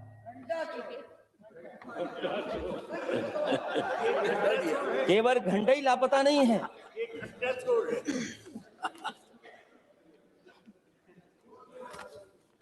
सभापति महोदय, नमामि गंगा को लेकर के हमारे कानों में अभी भी वो बातें गूंजती हैं कि मां गंगा ने मुझे बुलाया है। क्या बात है, पिछले 11 साल से मां गंगा ने बुलाया ही नहीं किसी को। मां गंगा बह रही हैं, जो उसके पैरामीटर्स हैं, जिस पैरामीटर्स को हर दिन नापा जाता है, उसमें डिसॉल्व ऑक्सीजन, सीओडी, बीओडी और तमाम पैरामीटर्स, आज किस हालत में है मां गंगा। कोई कह रहा था कि अब गंगा बहकर के दूर तक जाएंगी, लेकिन शायद वो ये नहीं जानते होंगे कभी कभी उल्टी गंगा भी बहती है। जब उल्टी बहेगी तो यूपी के आते आते आप बाहर हो जाएंगे। सभापति महोदय, नमामि गंगा, मां गंगा में जुड़ने वाली नदियां, वरना नदी को एक संरक्षण कैसे हो, ब्यूटिफिकेशन कैसे हो, रिवर फ्रंट कैसे बने, उसकी शुरुआत की थी, लेकिन सभापति महोदय, इनकी बुलडोजर सरकार ने उसका काम रोक दिया। काली नदी किस हालत में है। यमुना के बारे में दिल्ली की सरकार जब बनानी थी तो कहा कि हम दुनिया का सबसे बेहतर रिवर फ्रंट बनाएंगे यमुना पर, इसी राजधानी में कहा गया। आज बताइए यमुना की हालत क्या है।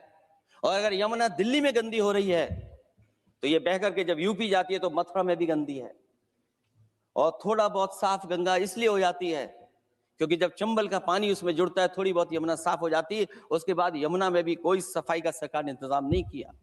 और आज भी मैं कहता हूं, देश का सबसे अच्छा रिवर फ्रंट अगर कहीं बना है तो लखनऊ में बना है, गोमती रिवर फ्रंट। जो लोग ये कहते हो कि दूसरा रिवर फ्रंट अच्छा है, मैं उनसे कहूंगा कभी लखनऊ के रिवर फ्रंट पर भी घूम करके आइए, तब आपको मालूम पड़ेगा कि रिवर फ्रंट क्या होता है। 26 जनवरी इसी वर्ष मैंने एक प्रतिष्ठित अखबार को पढ़ा और उसमें देखा मैंने कि high uranium in India's ground water samples लिए गए हैं। एक्सपर्ट्स वार्न कर रहे हैं कि सेवरल हेल्थ रिस्क है उससे। Lead pollution alarming in 69 reverse in India contaminated, rivers are contaminated. हमारे पानी में पेस्टिसाइड, इंडस्ट्रियल वेस्ट है, अनसेफ है ड्रिंकिंग के लिए। हमारी नदियों में मरकरी है, डेंजरस लेवल। और जितनी भी हमारी वाटर बॉडीज हैं इंडस्ट्रियल टाउन्स के आसपास, सब में टॉक्सिक है, मरकरी है, बड़े पैमाने पे डेंजरस है पानी वहां का। और कई जगह इंडस्ट्री का सीधा सीधा वेस्ट जा रहा है। आर्सेनिक लेवल का सोच ही नहीं सकते हम लोग, जो मानक है उससे कई गुना ज्यादा है। ये तो हमारे देश का पानी है जो नदियों में बह रहा है, जो अंडरग्राउंड वाटर बन रहा है हमारा। ठीक ही कहा हमारे माननीय सदस्य ने कि जो संपन्न है, प्रिविलेज्ड हैं, वो लोग तो पानी साफ करने की मशीन खरीद सकते हैं। हमारा गरीब क्या खरीदेगा? गरीब की हेल्थ को कितनी परेशानी और रिस्क है। यहां तक कि अंतर्राष्ट्रीय प्लेटफॉर्म पर हमारे देश को भी सुनना पड़ा एक प्रतिष्ठित चैनल पर कि आपके देश में इन्वेस्टमेंट क्यों आएगा, क्योंकि वहां आ ही नहीं सकता है, क्योंकि आपकी हवा खराब है। सोचिए, देश का पानी खराब हो, और ये मैं नहीं कह रहा हूं, पानी खराब सरकार को मालूम है, नहीं मालूम है, लेकिन जो प्राइवेट कंपनियां हैं जिनको अपना पानी बेचना है, तो वो बता रही है कि आपके भारत के पानी में क्या क्या है। और ये बात गलत है तो सरकार ऐसी कंपनियों पर प्रतिबंध क्यों नहीं लगाते हैं कि इस तरह अपनी कंपनियों का सामान बेचने के लिए झूठा प्रचार कर रहे हैं। जो चर्चा होने लगती है हवा खराब है, हालांकि उत्तर प्रदेश आते आते सरकार की भी हवा खराब हो जाती है। सरकार सबको डराती है, लेकिन सरकार को कोई नमस्कार न करे उसको नहीं डरा सकते। हमने तो कहा कि तुम लखनऊ से गए हो, लखनऊ का जो अदब है, लखनऊ का जो हमारी पहचान है, कम से कम अगर नमस्कार नहीं कर सकते तो आदाब तो कर ही देते वहां जाकर। जो लोग पिछड़े पीडीए उनके पक्षधर बनते हैं, आरक्षण को लेकर के कहते हैं कि हम आरक्षण देंगे, उनकी सरकारों में क्या अपॉइंटमेंट हो रहे हैं। मुझे याद है इससे पहले जब बहस हुई थी सदन में, वहां से बात निकली थी कि किस तरीके से अपॉइंटमेंट हो रहे हैं यूनिवर्सिटीज और कॉलेजेस में। मैं उसी पे कुछ कहना चाहता हूं। ये अपनी अपनी किस्मत है, कुछ कलियां खिलती हैं ऊपर और दूसरी मुरझा जाती, लेकिन क्या वे महक नहीं सकती हैं? अगर मिले अवसर अंगारे सी क्या दहक नहीं सकती? जिस तरीके से आरक्षण पर खिलवाड़ हो रही है उसकी कोई कल्पना नहीं कर सकता था। विकसित भारत तभी विकसित भारत माना जाएगा जब हमारे पिछड़े, दलित, आदिवासी, अल्पसंख्यक मुसलमान भाई को बराबर का हक मिलेगा। और जब तक हक नहीं मिल रहा उनको, तब तक शायद विकसित भारत का देखने का सपना आधा अधूरा है। अभी अभी सुप्रीम कोर्ट ने कहा है माइग्रेशन को लेकर के, सुप्रीम कोर्ट ने 16 जनवरी को एक फैसला पलट दिया। हाई कोर्ट के फैसले को पलटते हुए फैसला सुनाया कि यदि आरक्षित वर्ग का कोई उम्मीदवार बिना किसी छूट का लाभ लिए अगर अनारक्षित वर्ग से ज्यादा नंबर प्राप्त करे तो उसे अनारक्षित वर्ग में सेलेक्ट किया जाएगा। क्या सुप्रीम कोर्ट भी कह रहा है? हमारे सरकार की भी नियत है कि सबको आरक्षण मिलना चाहिए जिनका हक हो। हमारे प्रधानमंत्री जी भी कहते हैं हम पिछड़े हैं। हमारे दूसरे नंबर के नेता, क्योंकि उन्हें सनातनी बनना था, अपना धर्म बदल के दूसरा धर्म लिख लिया उन्होंने। तो कम से कम पिछड़ों का तो ख्याल करिए आप। जब पिछड़ों का ख्याल करोगे तभी आपका देश विकसित बनेगा, भारत विकसित बनेगा। अगर आप पिछड़ों को छोड़ देंगे, दलितों को छोड़ देंगे, आदिवासियों को छोड़ देंगे, अल्पसंख्यक भाइयों को छोड़ देंगे, तो आप कैसे विकसित भारत बनाएंगे? एक आर्थिक बराबरी है, दूसरी सामाजिक बराबरी है। और मुझे लगता है बजट से न आर्थिक गैर बराबरी दूर हो रही है, न सामाजिक गैर बराबरी दूर हो रही है। और इनकी सरकार में कितना भेदभाव है। सभापति महोदय, केवल चुनाव जीतने के लिए सोचिए, एक 72 साल के बुजुर्ग पर मोहित खान साहब, आप जानते होंगे आपके क्षेत्र में बदरसा टाउन एरिया। सभापति महोदय, बीजेपी का लक्ष्य केवल है चुनाव जीतना। इन आंकड़ों से क्या मतलब? और आंकड़ों के अगर ये ठीक आंकड़े होते सभापति महोदय, तो इन्होंने कहा था कि बुलेट ट्रेन हम 1 लाख करोड़ की बनाएंगे।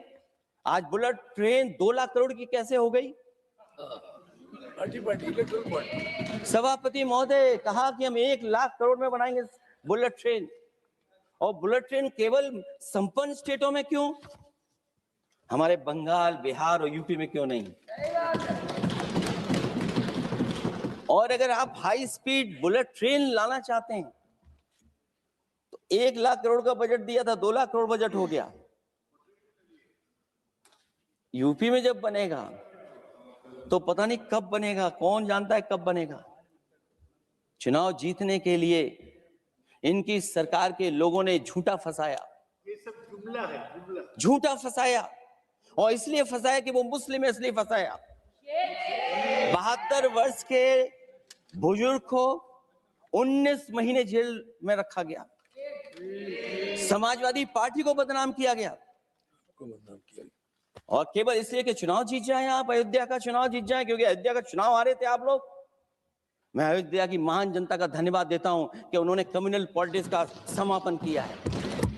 वो विकास के रास्ते पे जाना चाहते हो। मैंने पहले भी कहा, फिर कहता हूं, आपका विकास अयोध्या का तो मैं जानता हूं कैसा है, क्योंकि लोगों ने काशी को क्यूटिव बनते नहीं देख पाए। अगर हम सब सदस्य हैं और हमारे प्रधान सांसद के संसदीय क्षेत्र को अगर हम क्यूटिव न बना पाए, आप विरासत मिटा रहे हैं। वहां पर कई सौ पुरानी दाल मंडी, जिसमें केवल वोट नहीं मिलता, इसलिए दाल मंडी को आप डिमोलिश कर देंगे आप। बनारस। और इसको अयोध्या को जीतने के लिए 72 वर्ष के एक व्यक्ति को झूठा केस लगाया, झूठा फंसाया, जेल भेज दिया।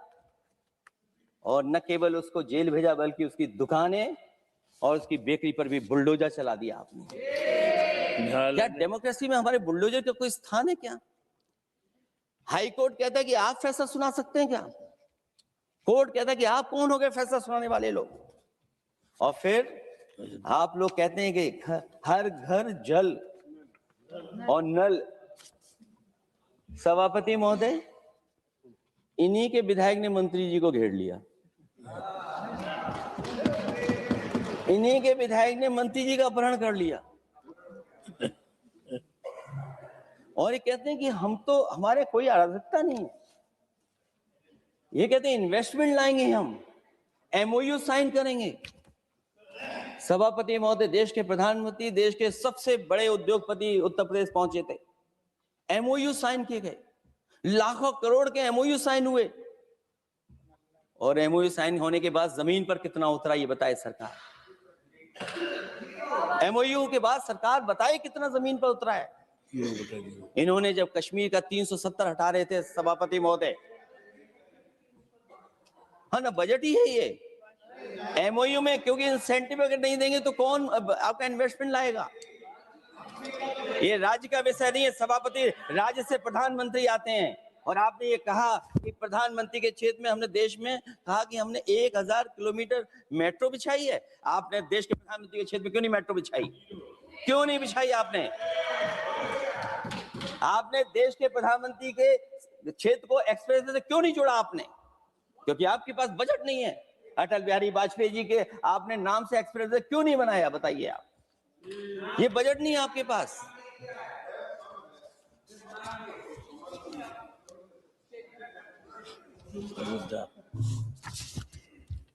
अयोध्या एयरपोर्ट घोटाला, एयरपोर्ट बनते ही पानी टपकने लगा। एयरपोर्ट तो दिल्ली का है, बजट तो दिल्ली ने दिया होगा।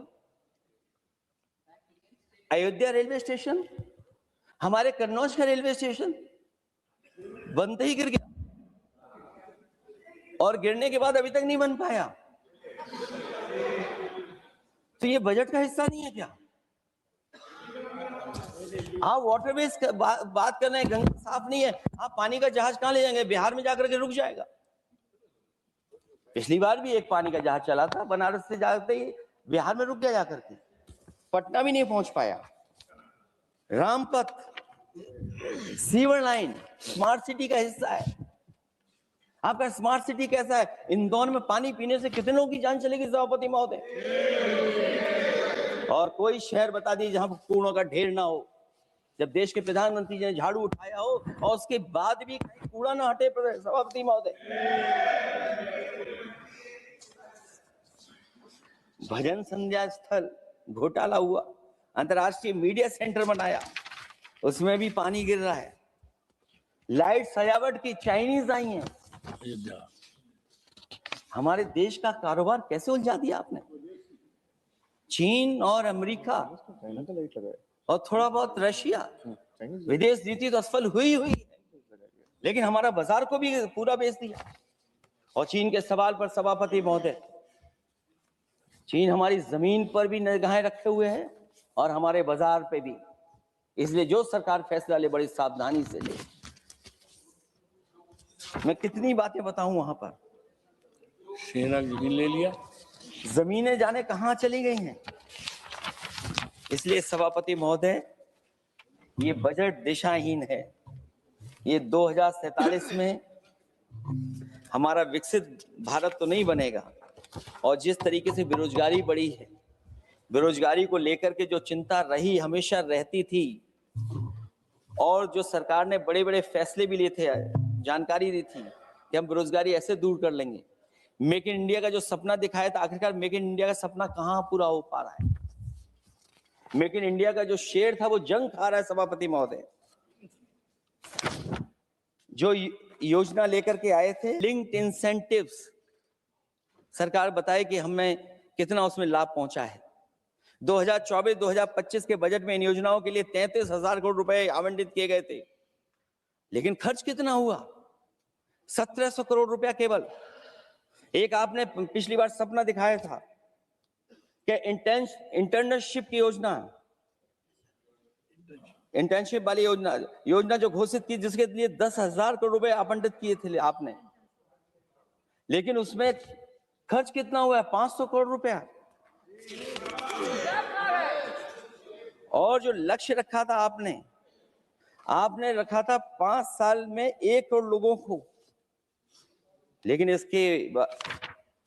इसमें आए कितने? 1,65,000 लोगों ने फॉर्म भरा, ऑफर दिया उन्होंने, लेकिन फाइनली जिसमें ऑफर जिसका सिलेक्ट हुआ वो केवल 16,000 लोगों को काम पहुंचा है। सोचिए, हमारा देश इतना बड़ा, जहां करोड़ों को आप इस योजना से जोड़ना चाहते थे, केवल 16,000 लोग जाएंगे उसमें।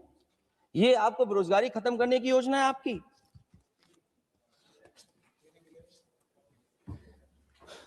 माननीय वित्त मंत्री जी के सदन के सामने स्थिति स्पष्ट करनी चाहिए कि मनरेगा एक महत्वपूर्ण योजना थी जिसमें गरीबों को ग्राम स्तर पर रोजगार मिलता था, राइट टू वर्क के अनुसार थी। इस योजना को समाप्त करते हुए आपने क्या नाम रखा है? बीबी राम जी। और हमारे राम जी कहां बैठे हैं? कहां है हमारे राम जी? पीछे बैठे, जिन्हें बचपन से हम देखते आए राम जी। ये हमारी खुशकिस्मती है कि राम जी सदन में बैठे हैं, लेकिन आप राम जी का अपमान कर रहे हैं। आपको उनको यहां नहीं बैठा सकते, आपको यहां बैठाना चाहिए नंबर 2 पर। अगर आप सच्चे मायने में सभापति महोदय, बीपी राम जी, आप कृपया, देखिए वित्त मंत्री राम जी को ही नहीं जानती हैं। अखिलेश जी, हे भगवान, हम क्या करें अब? अखिलेश जी, आप कृपया बजट पे आ जाइए। आप कृपया बजट पे आ जाइए अखिलेश जी। सभापति महोदय, बजट पे आइए, बजट पे आइए। क्या बोले? फिर बोलना दोबारा। नहीं, आप बजट क्या बोलिए? नहीं, सभापति जी बोलिए। नहीं, सभापति महोदय, नहीं, जिन्होंने गोली चलाई वो आपका राम मंदिर बना रहे हैं। सभापति महोदय, जिन्होंने गोली चलवाई वो राम मंदिर बनवा रहे हैं। अगर कुछ पता ना हो तो जाकर के पूछ लेना, पता कर लेना। आधी अधूरी जानकारी के साथ मत आया करो यहाँ पर। अब आप बताइए सभापति महोदय, बीबी राम जी नाम बदल दिया आपने। यूपी जैसा बड़ा स्टेट, उसको क्या मिलेगा अब, जहां पर 1,000 ग्राम सभाएं अर्बन हो गई हैं। जब 1,000 ग्राम सभाएं अर्बन हो गई हैं और 40% व्यय प्रदेश सरकारों पर डाल दिया गया है, ये स्कीम कैसे चलेगी आपकी? मैंने पहले ही कहा था कि एमएसपी की लीगल गारंटी मिलनी चाहिए। और जिस तरीके से किसान आत्महत्या कर रहा है, एनसीआरबी के आंकड़े सरकार के पास होंगे कि किसान कितनी आत्महत्या कर रहा है। जिन्होंने ये कहा कि 2022 तक हम दोगुनी आय कर देंगे। आप बताइए, आलू की पैदावार की क्या आय दोगुनी हो गई? धान की पैदावार करने वाले की आय दोगुनी हो गई। आपको गाय से बहुत प्रेम है। हमारे क्षेत्र में खुद एक काऊ मिल्क प्लांट बना, यूपी का पहला काऊ मिल्क प्लांट। आपकी सरकार ने उसको बंद कर दिया। आप कहते गाय की सेवा करो, लेकिन पहला यूपी का काऊ मिल्क प्लांट वो आपसे बंद हो गया। अगर शायद हम ऊंट के मिल्क की चॉकलेट बना रहे होते उस प्लांट से, तो वो प्लांट चलता रहता। आय दोगुनी कितनी हुई है बताएं सरकार? मत्स्य पालन और पशुधन विकास की तरफ सरकार का कोई ध्यान नहीं है। सरकार का कहना है कि वित्त अच्छी हुई है, लेकिन क्या कारण है कि एफडीआई में लगातार कमी आ रही है?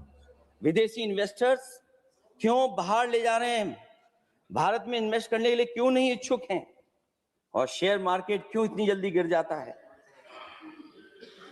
रुपए के मूल्य में डॉलर के विरुद्ध निरंतर गिरावट आ रही है। और इसके बाद सभापति महोदय, इस डील और ढील के बाद हमारा रुपया कहां होगा, ये सरकार जरूर बताए हमें। मैन्युफैक्चरिंग में कोई सुधार नहीं हो रहा है। अभी भी हम जीडीपी के 15% पर मैन्युफैक्चरिंग पर निर्भर हैं, जबकि मैन्युफैक्चरिंग के शेयर मेक इंडिया के अनुसार अभी तक 25% होना चाहिए था।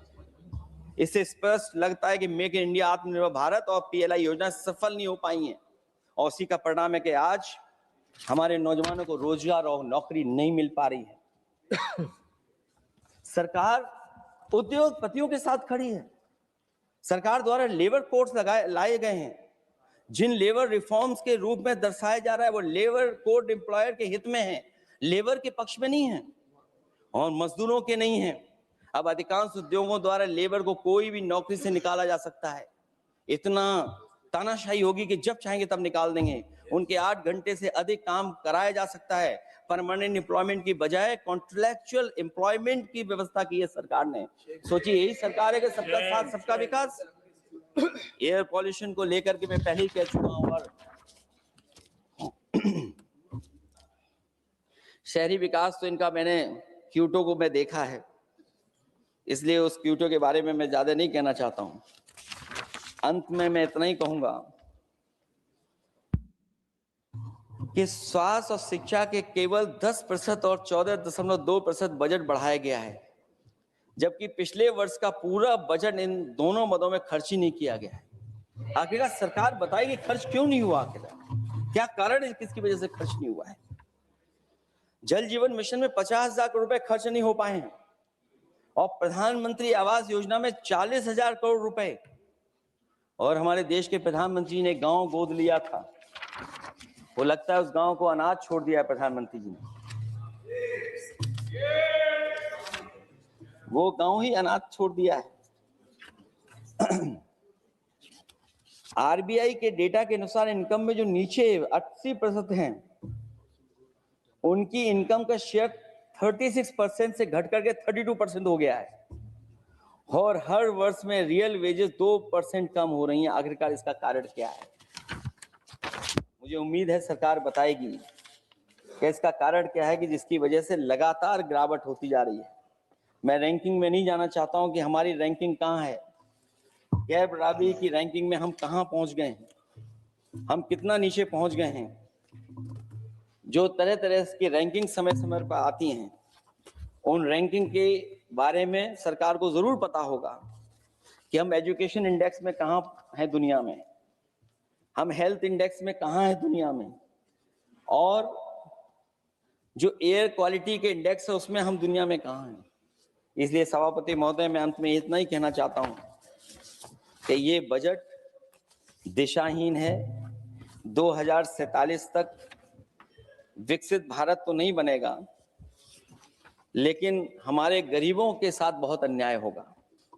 जिस तरह एआई पे बात की गई है, एआई अगर अच्छाई और भलाई के लिए हो तो अच्छी बात है, लेकिन पता नहीं भारतीय जनता पार्टी पे कितना रिसोर्सेज हैं कि एआई और जितना भी हमारा वो है जो बजट है, वो सबसे ज्यादा खर्च वो करते हैं दूसरों को बदनाम करने के लिए। इसलिए इन्हीं शब्दों के साथ मैं सभापति महोदय का धन्यवाद देता हूं। मैं उम्मीद करता हूं कि सरकार इस बजट को गरीबों की तरफ मोड़ेगी, पीडीए के लोगों की तरफ मोड़ेगी, जिससे वो भी मुख्य धारा में खड़े हो सकें। बहुत बहुत धन्यवाद। माननीय सदस्यगण, अभी हम केंद्रीय बजट पर सामान्य चर्चा में हैं। अगला माननीय स्पीकर माननीय श्री अभिषेक बनर्जी जी।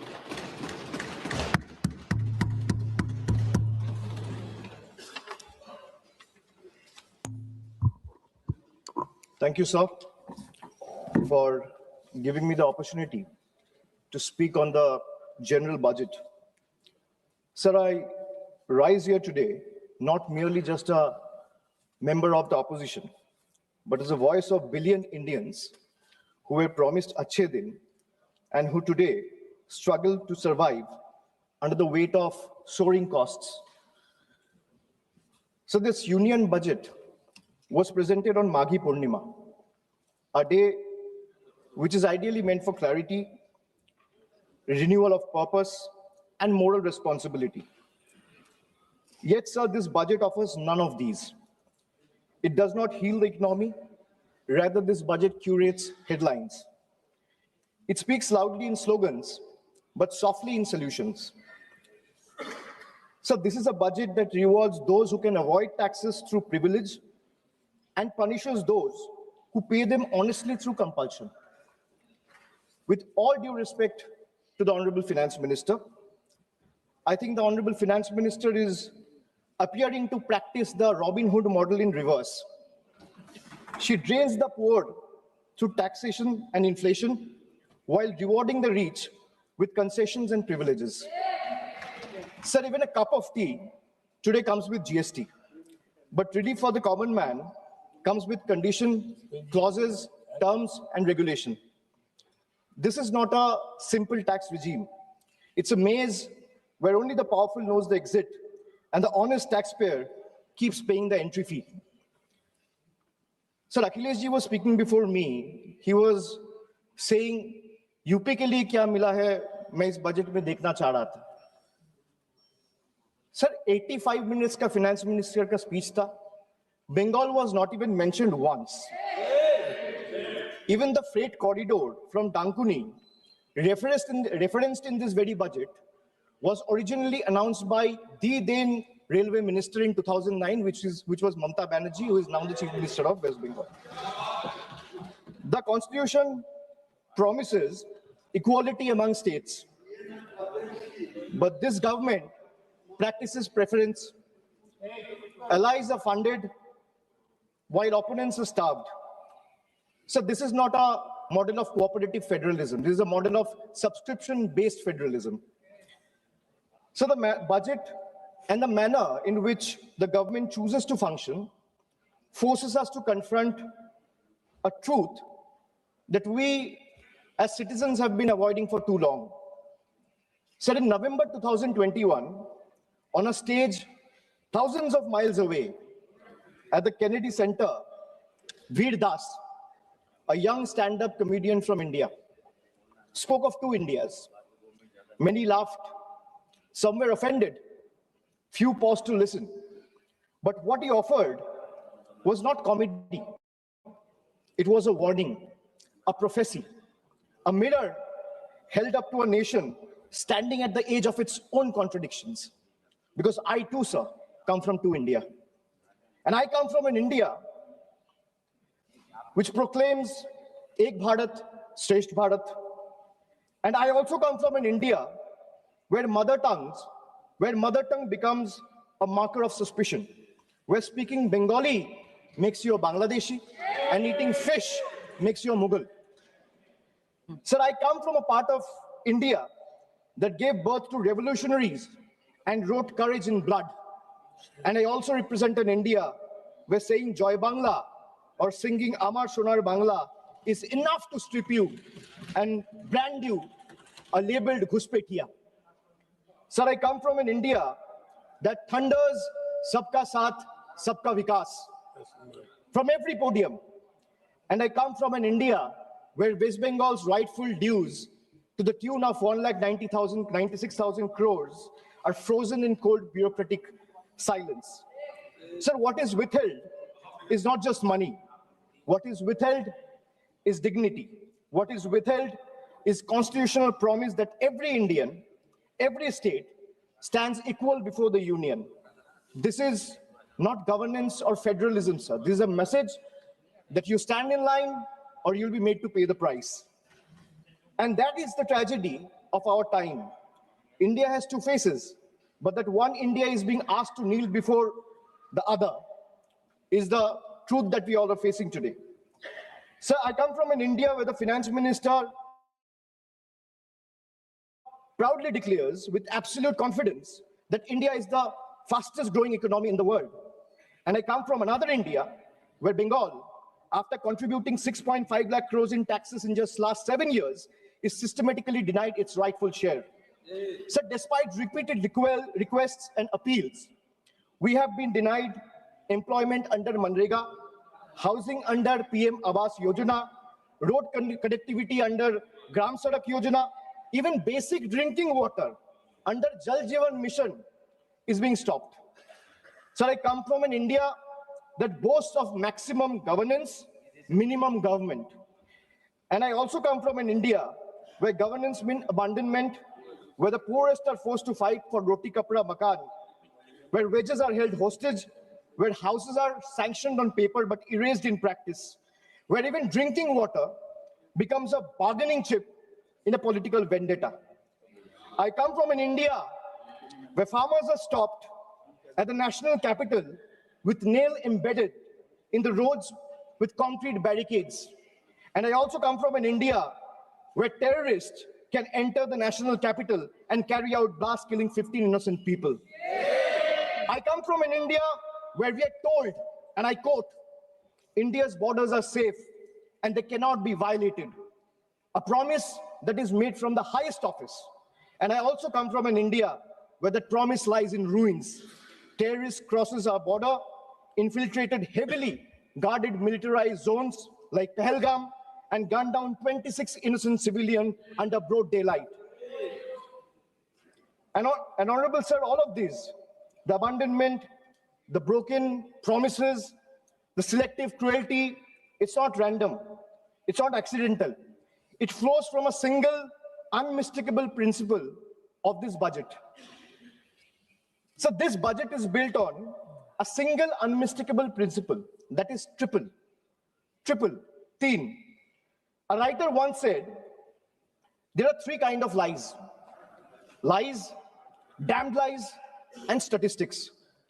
Modern India lives with three certainties: pressure that mounts, taxes that multiply, and trust that is betrayed. So today, India lives under triple pressure, triple taxation, and triple betrayal, triple. So let me place before this August House my 10 principles of triple.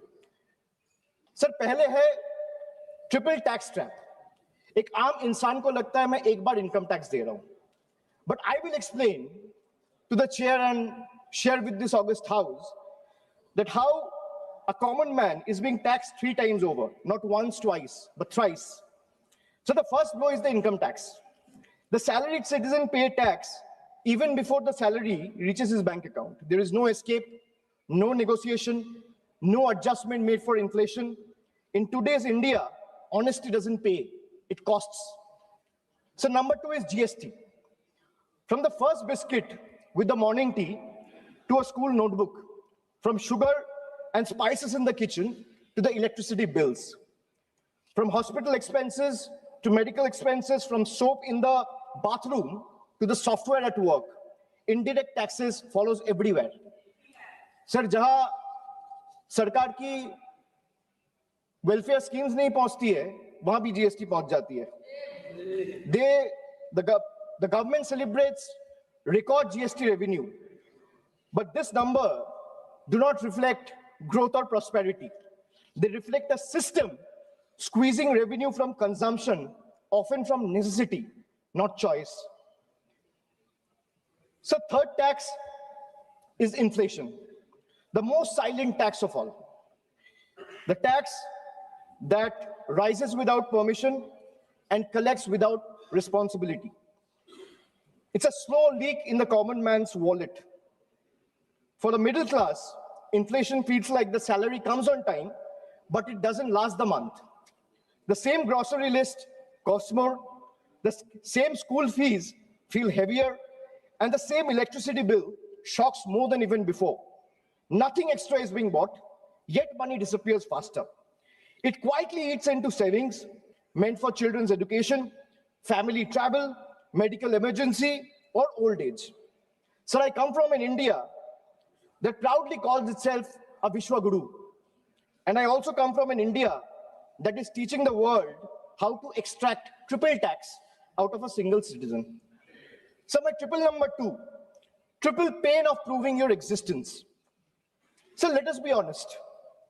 Voting today is no longer considered enough. Having one's name on the electoral rolls for decades is no longer enough. Even service to the nation is no longer enough. You may be a decorated soldier, a Nobel laureate, a sitting High Court justice, or even a member of this august house, and still you have been asked to prove that you belong. This strikes the heart of Article 326 of the Constitution, which guarantees adult citizens the right to vote.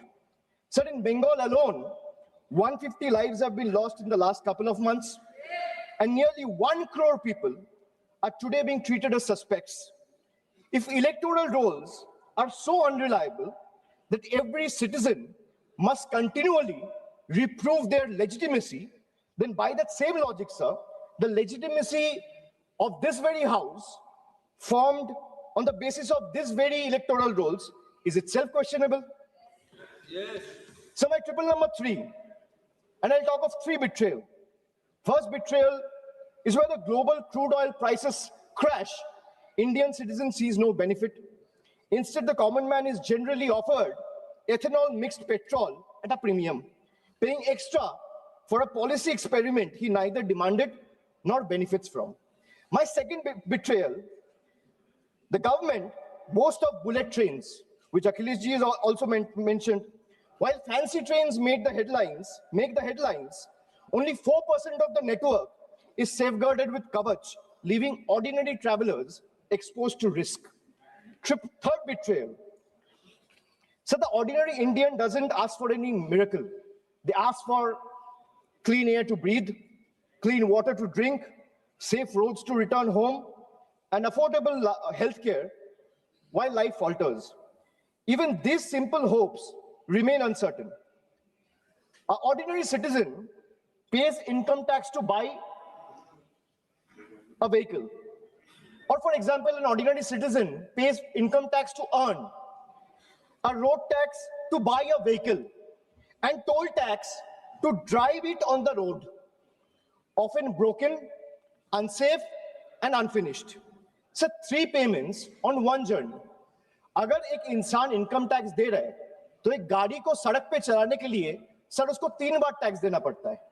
एक है income tax, दूसरा है road tax, तीसरा है toll tax. That is why I said 3 betrayals. So now I'll come to triple bonanzas for the rich. So this budget reveals a clear pattern. First, a triple bonanza for the elites and a triple lock on the poor. So top 10% of this country now corner 57% of nation's income and 65% of its wealth, while the bottom half survives on just 6.4%. In this economy, money earns money, but survival earns nothing.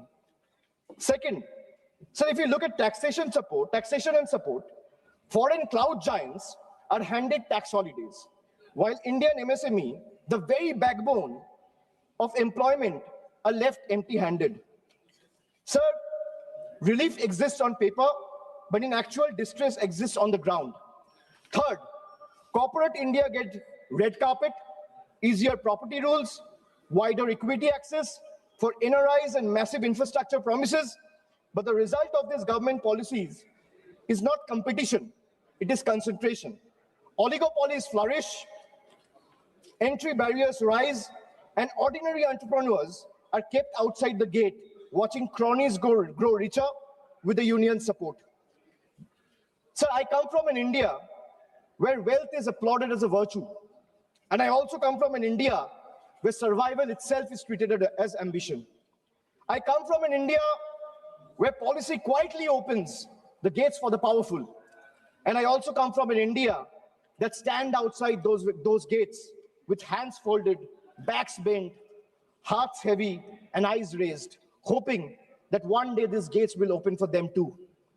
Now at 555, farmers. So the budget completes a cycle of betrayal. Every day, nearly 30 farmers dies by suicide. Not because they failed, but because policy failed them. 5 years after the historic farmers' movement, which saw 700 lives lost, the union government has still refused to legalize MSP. Promises were made at protest sites. Assurances were echoed in parliament, but delivery never followed. And now, adding salt to the injury, the government has now announced a trade deal with the United States that will open Indian markets to heavily subsidized American farm produce.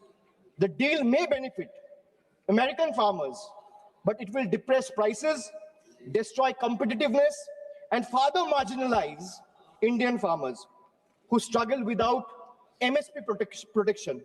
So this is not a trade policy. This is an abandonment of our Annadata. Sir, I have a tweet right in front of me, which I want to show or place before you. Sir, Secretary Brooke Rollins, who is the Agricultural Secretary of the United States, she said, and this is 5 days back, on the day when the trade deal was announced, she's clearly saying, new US-India deal will export more American farm products to India's massive market. In 2024, America's agricultural trade deficit with India was 1.3 billion. India's growing population is an important market for American agricultural products, and today's deal will go a long way to reduce that deficit. So this is not my tweet. She clearly says, thank you, President of the United States, for once again delivering for our American farmers.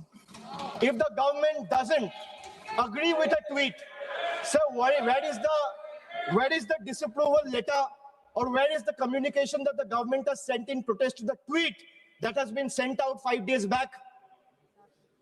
Sir, America का agriculture secretary कह रहा है इस deal से America का किसानों का फायदा है, इसीलिए हम अमेरिका का सभापति का धन्यवाद करता है. And the Indian government of the union has not written a line in protest of what the agriculture secretary has tweeted. So now I come to youth. So the much publicized PM internship scheme was allocated over 10,800 crores. Less than 5% of the amount has been utilized. Similarly, the PM Young Achiever Scholarship, which was meant to uplift the talented students from marginalized backgrounds, saw 31% of its fund go unused in financial year 25-26. Sir, if I speak of women, more than 86 women are raped every day in this country. A number that reflects systematic collapse, not isolated crime. Sir, Bengal exercised its constitutional authority and passed the Aparajita Bill, a stringent anti-rape law providing the strongest deterrence against crime against women. So the bill was duly sent to the union through the governor about 18 to 19 months ago. For a year and a half, it has remained pending without any decision. So when a democratically passed law maintained to strengthen protection is left in a limbo, it expresses a lack of intent. This reminds me that I come from an India that promises to double farmers' income. And I come from an India where 1,11,174 farmers and agricultural laborers, brothers and sisters have been forced to commit suicide. I come from an India which launched Beti Bachao, Beti Padhao. And I come from another India where every 16 minutes a rape or a crime against women is being reported. So now I come to 3 cracks in the constitution. Number 1, it's a hatred has now been normalized. It has moved from margin to the mainstream. So if I talk about cases registered for promoting enmity between religious and social groups, the number of cases has doubled between 2021 and 2023. And this rise didn't happen in silence. It happened alongside political speeches, public rallies, and calculated dog whistles. When hate goes unpunished, it spreads. When it spreads, minorities pay the price. Second, hate is no longer whispered. It has become a broadcast. So our country has documented more than 1,300 hate speeches in a single year. When such volume of hate fills public space, the government refuses to act decisively, swiftly, then the message is clear, sir. Intimidation is tolerated and silence is the union's policy. Third, so the education empowerment scheme under the Ministry of Minority Affairs has just used 8% of its total funds, while the 35% of the ministry's allocation, 27% under tribal affairs, and 28% under scheduled tribes remain unutilized. So even schemes like a scholarship like Maulana Azad National Fellowship, pre-metric scholarship, and Paro Pradesh have been hollowed out. So now I come to 777, which is the triple power grab. Over the last decade, the government has treated institutions as the government's own personal property. So the parliament is silenced, debates are curtailed, scrutiny is abundant, and even the deputy speaker's post is kept vacant because dissent is inconvenient. So investigating agencies no longer investigate, they intimidate, chasing the opposition with raids and arrests. While convictions become negligible, as independent institutions weaken, public institutions are put on the auction block. Air India, BPCL, the shipping corporation, built by generation with public money, are being sold like distressed assets hastily without any sort of accountability. So this is described as reform, but it is actually a managed handover. When institutions are bent to serve power and national assets are reduced to headlines and handover, the constitution is not broken in protest, it's torn apart. So I come from an India where the Honorable Prime Minister says, na khaunga, na khane dunga. And I also come from an India where questioning the washing machine that gave reprieve to 23 of the 25 leaders who joined the BJP makes you the most corrupt one. So now I come to triple jumla on finances. Agriculture. So the budget waxes eloquent about coconut, cocoa, cashew, sandalwood, fisheries, and AI advisories, but remains silent on MSP assurances, procurement expansion. There is no price stabilization fund, no diesel support, no fertilizer relief, and no electrical subsidy. This is diversification without security, and it leaves the majority of Indian farmers trapped in distress. So even the PM Kisan scheme has been stuck at 6,000 rupees since December 2018. Despite soaring input costs and record diesel prices, so in actual, if we see real terms, farmers are earning less each year. A rupee in 2018 is not a rupee in 2026. So if I speak of healthcare, the government spends less than 0.26% of the GDP. And they might have questions on my source of information. If the need be, I will place all the sources before the table by 8 p.m. tonight. The government spends 0.26% of GDP on public health even today. The national health policy promised 2.5% of GDP. What we get instead is postponement, excuses, and under-allocation. In a country where illness is still the fastest road to poverty, this budget chooses flyover over first aid, optics over oxygen, and announcement over actual care. So if I speak of infrastructure, the smart city mission promised transformation in 100 cities with over 2 lakh crore. Yet a decade later, what we have is half-dug roads and half-built homes. Instead of finishing the job, this budget announces new economic regions. Sir, under the Jal Jeevan Mission, funds were cut by 74%, forcing states to pick up the bill. In higher education, 55,000 crore is spent on management, but 2.68 crore on infrastructure, not even enough to build a world-class lab. So now I come to my 999, the triple truth trap. And what I mean by truth is, the accountability on the government, sir, primarily rests on three pillars. One is the RTI Act. But when I speak of transparency, it diluted the RTI Act by expanding personal information as a ground for refusal. Sir, if you speak of PM Cares, the PMO claims it lies outside the purview of RTI because it's a private fund. A fund that is created by public authority in a public office with the money of the people is being claimed as a private fund. There's no accountability. Sir, NFHS and NCRB data has been frozen because welfare still runs on census 2011. Sir, if I am to summarize the budget from the perspective of three stalwarts, B.R. Ambedkar warned us. What is the moral verdict of the budget? If we were to look at it from the perspective of Dr. Ambedkar, Gandhi ji, or Swami Vivekananda, Dr. Ambedkar warned us that democracy is not just institutions. It is a constitutional morality. Gandhi ji taught us economics divorced from ethics is violence.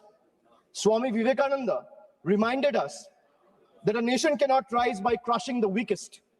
Well, this budget violates all three. In today's India, sir, tax does not follow income. Tax follows life. आज के भारत में tax कमाई के पीछे नहीं, जिंदगी के पीछे है, चलता है, sir. I will give you a small example. A baby is born, his milk and diapers are taxed.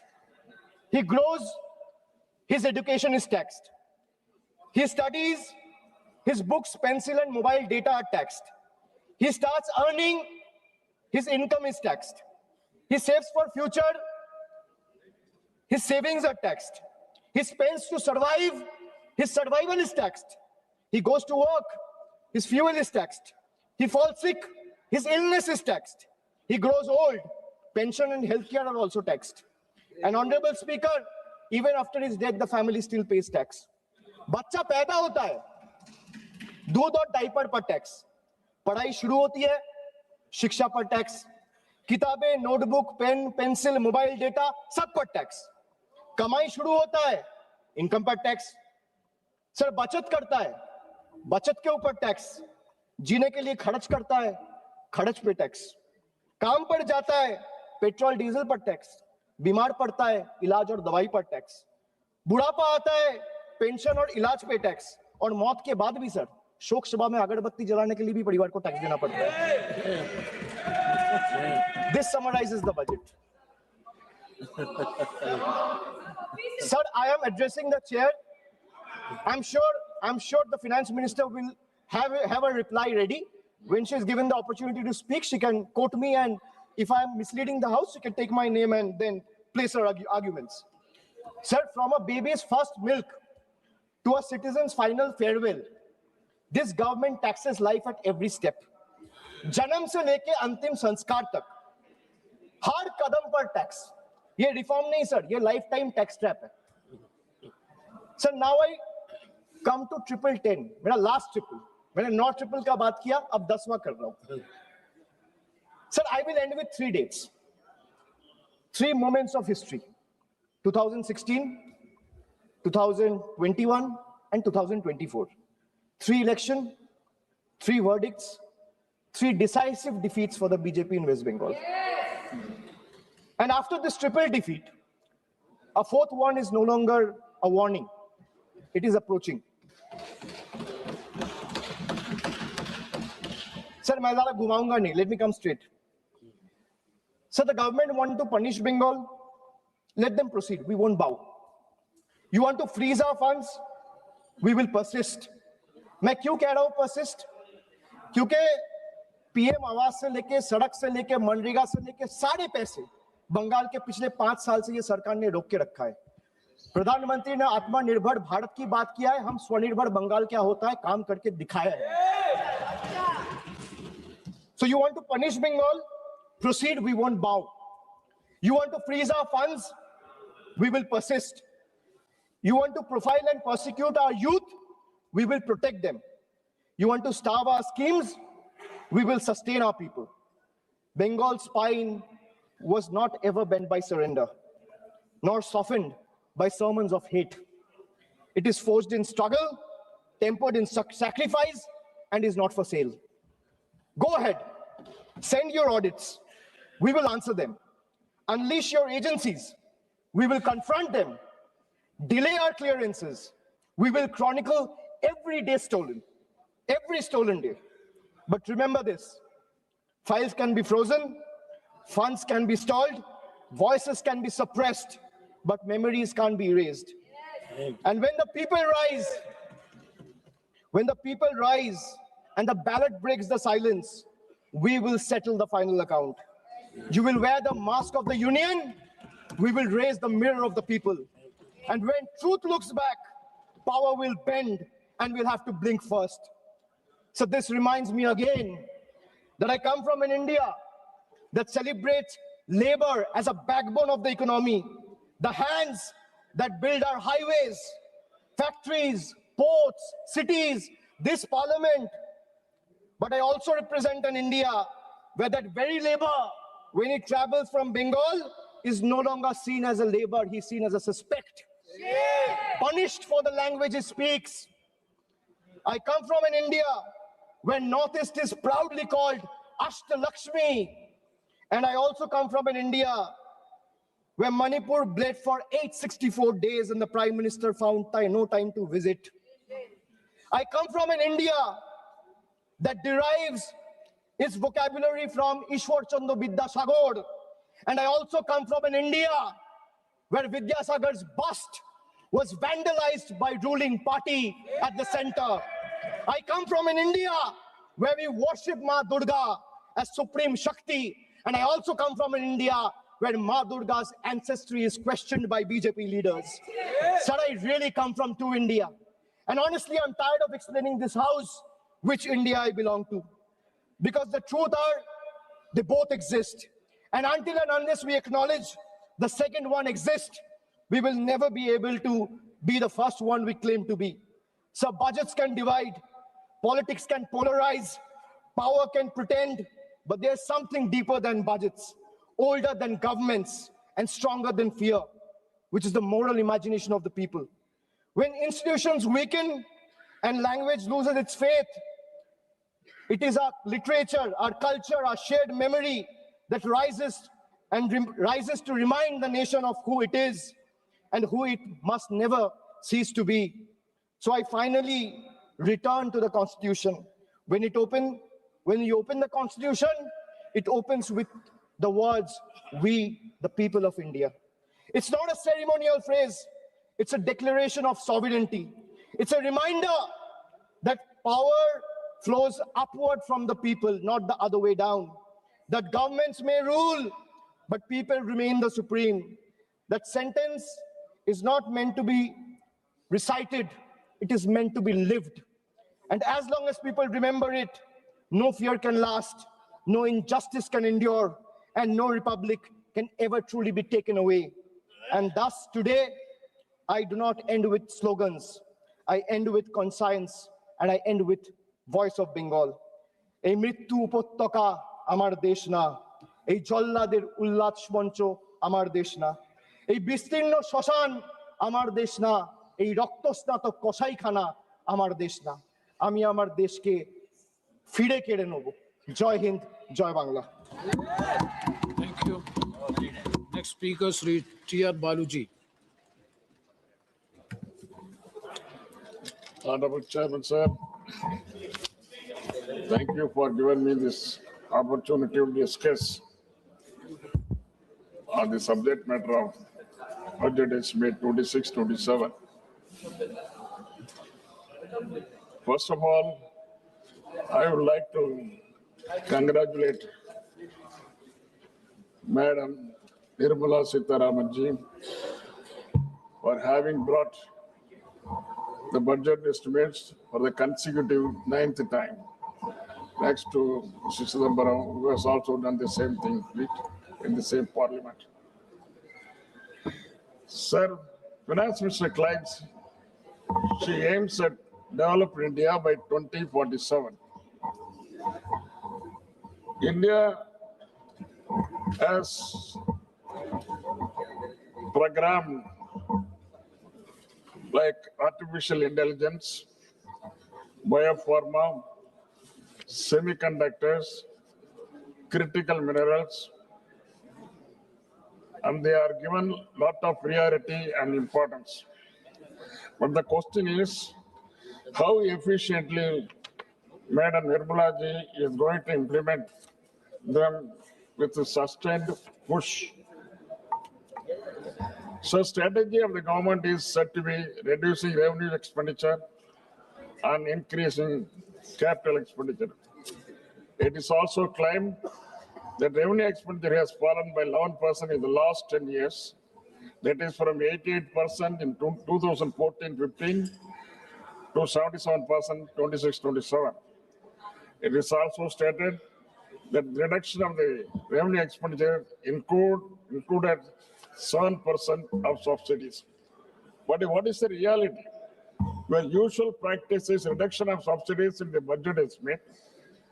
And in the next 6 months, we come up with additional demands for subsidies through supplementary demands. That is what I have also mentioned in the last supplementary demands in 25-26. Within 6 months, things became haywire. Now at the end of the current fiscal year, you are saying that the revenue received shortfall is around 78,086 crores. Decrease in revenue expenditure is 1,05,503 crores. The fall in capital expenditure is 1,44,376 crores. It's a very huge fall. It gives no hope of credibility. Budget 26-27. Expenditure estimated is 53.43 lakhs crores. Expenditure proposed in 25-26 was 50.65 lakhs crores. Now FM is asking 3 lakh crores more in upcoming fiscal year. Usually the government used to announce big schemes in the budget, but even after several months, no progress is a result. Last year, 15th August, Employment Linked Incentive, ELI, scheme was announced, an incentive to labor and industry to provide additional 3.5 lakhs crores, 5 crores jobs, with the outlay of 99,446 crores was launched, but the scheme has not taken off. Another non-starter is Research and Development Innovation, RDI scheme, announced with the effect from 1/7/25 and was said to be implemented with a corpus of 1 lakh crore, and provision of 20,000 crores was made in 25-26 budget. But no progress has been achieved in this effort. Also, this was also properly responded by the Honorable Minister during his reply in the Lok Sabha. Coconut production in Tamil Nadu. Tamil Nadu is the second largest coconut production state. 12 lakh acres are under cocoa cultivation, next to paddy. Visit Pollachi, Pattukottai, Tiruchi, Dindigul, and others southern districts are major coconut producing districts. It has got high export potential to an extent of 3,500 crores per year. The production has fallen because of the root diseases, but Government of India has not taken care and the root diseases still remain. Economic survey pointed out that the agricultural growth has slowed down to 3.5% in 25-26 from 4.4%, nearly 1.1% fall. The tariff and trade agreement unilaterally announced by USA bound to open floodgates to import of agricultural products into India. This will be disastrous for our farmers and farm sector. The finance minister has said in a speech that rich value crops like coconut, cocoa, sandalwood, cashews, etc. will be given special support. But the allocation was just 350 crores only. The farmers' organization are condemning this announcement of government is nothing but a naive rhetoric. Banana is another crop that requires special attention and support from Government of India. Tamil Nadu is #1 in banana cultivation and exports around 4,000 crores every year. Government of India should come forward to give special intensive to banana cultivation to boost exports. Union government has been giving stepmotherly treatment to Tamil Nadu, and there has been no special scheme or financial allocation so far. Even the prestigious projects like Setu Samuddram, which were implemented by UPA, has been shelved on political grounds. UPA government had gifted 69 large projects and very important projects in all sectors during 2004 and 2014. The last of the schemes included the Tamil Sammuri, Chennai Port to Madurai elevated bridge of 21 kilometers, abolition of Sanwat to protect textile industry, new railway station, new Navy division at Salem, Thiruvarur Central University, IEM at Trichy, Indian Maritime University at Chennai, etc. On the contrary, it lasts 12 years.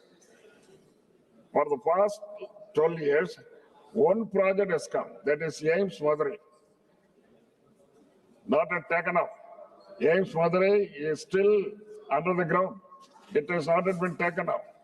Tamil Nadu CM had also stated during UPA, Tamil Nadu was allotted 11% of plan expenditure, and now Tamil Nadu is given 0 only. Government of India is not funding Metro Rail Project #2, Samagra Shiksha Fund to the tune of 3,548 crores, not yet released. Madurai and Coimbatore Metro,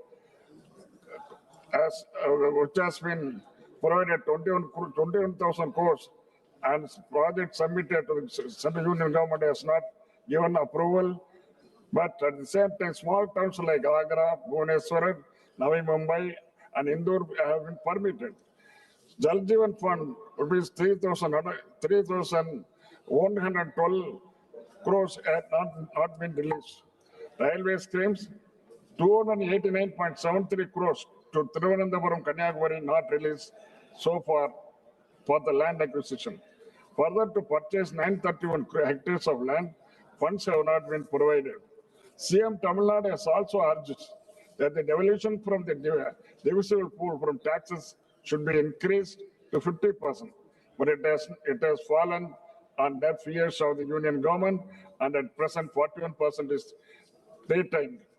I also urge Government of India that cess and other taxes which are not being shared with the state should be abolished immediately, or they should be brought under the divisible pool. Such anti-federal attitude and exploitation must be ended. What happened to the promises made by the Honorable Prime Minister of India? 2 lakhs jobs per year. What has happened? 15 lakhs per family. What has happened? Nobody, it's all dumbfounded. For this question, always for the past 10 years, Government of India, the people of Government of India representing the Government of India, they are keeping lukewarm position only. Much talked about MSP not implemented. Double the agriculture income not implemented. And Dr. Swaminathan's recommendations have become only slogans to every election. People of the industry, business, the middle class, and even the ordinary men on the street have expressed dissatisfaction and said your budget is nothing but rhetoric of a sloganeering government with little use to the common mass. before I conclude, how are you going to arrest the jet speed depreciation of rupee against US dollar? It is already around 92 per dollar. Prime Minister has lauded this budget as a historic. There is proverb in Tamil, "Kakaki tangunjam pungunji." It means to a crow, its offspring is golden. Thank you very much. Thank you very much. Next speaker, Sri B. Nagaraj.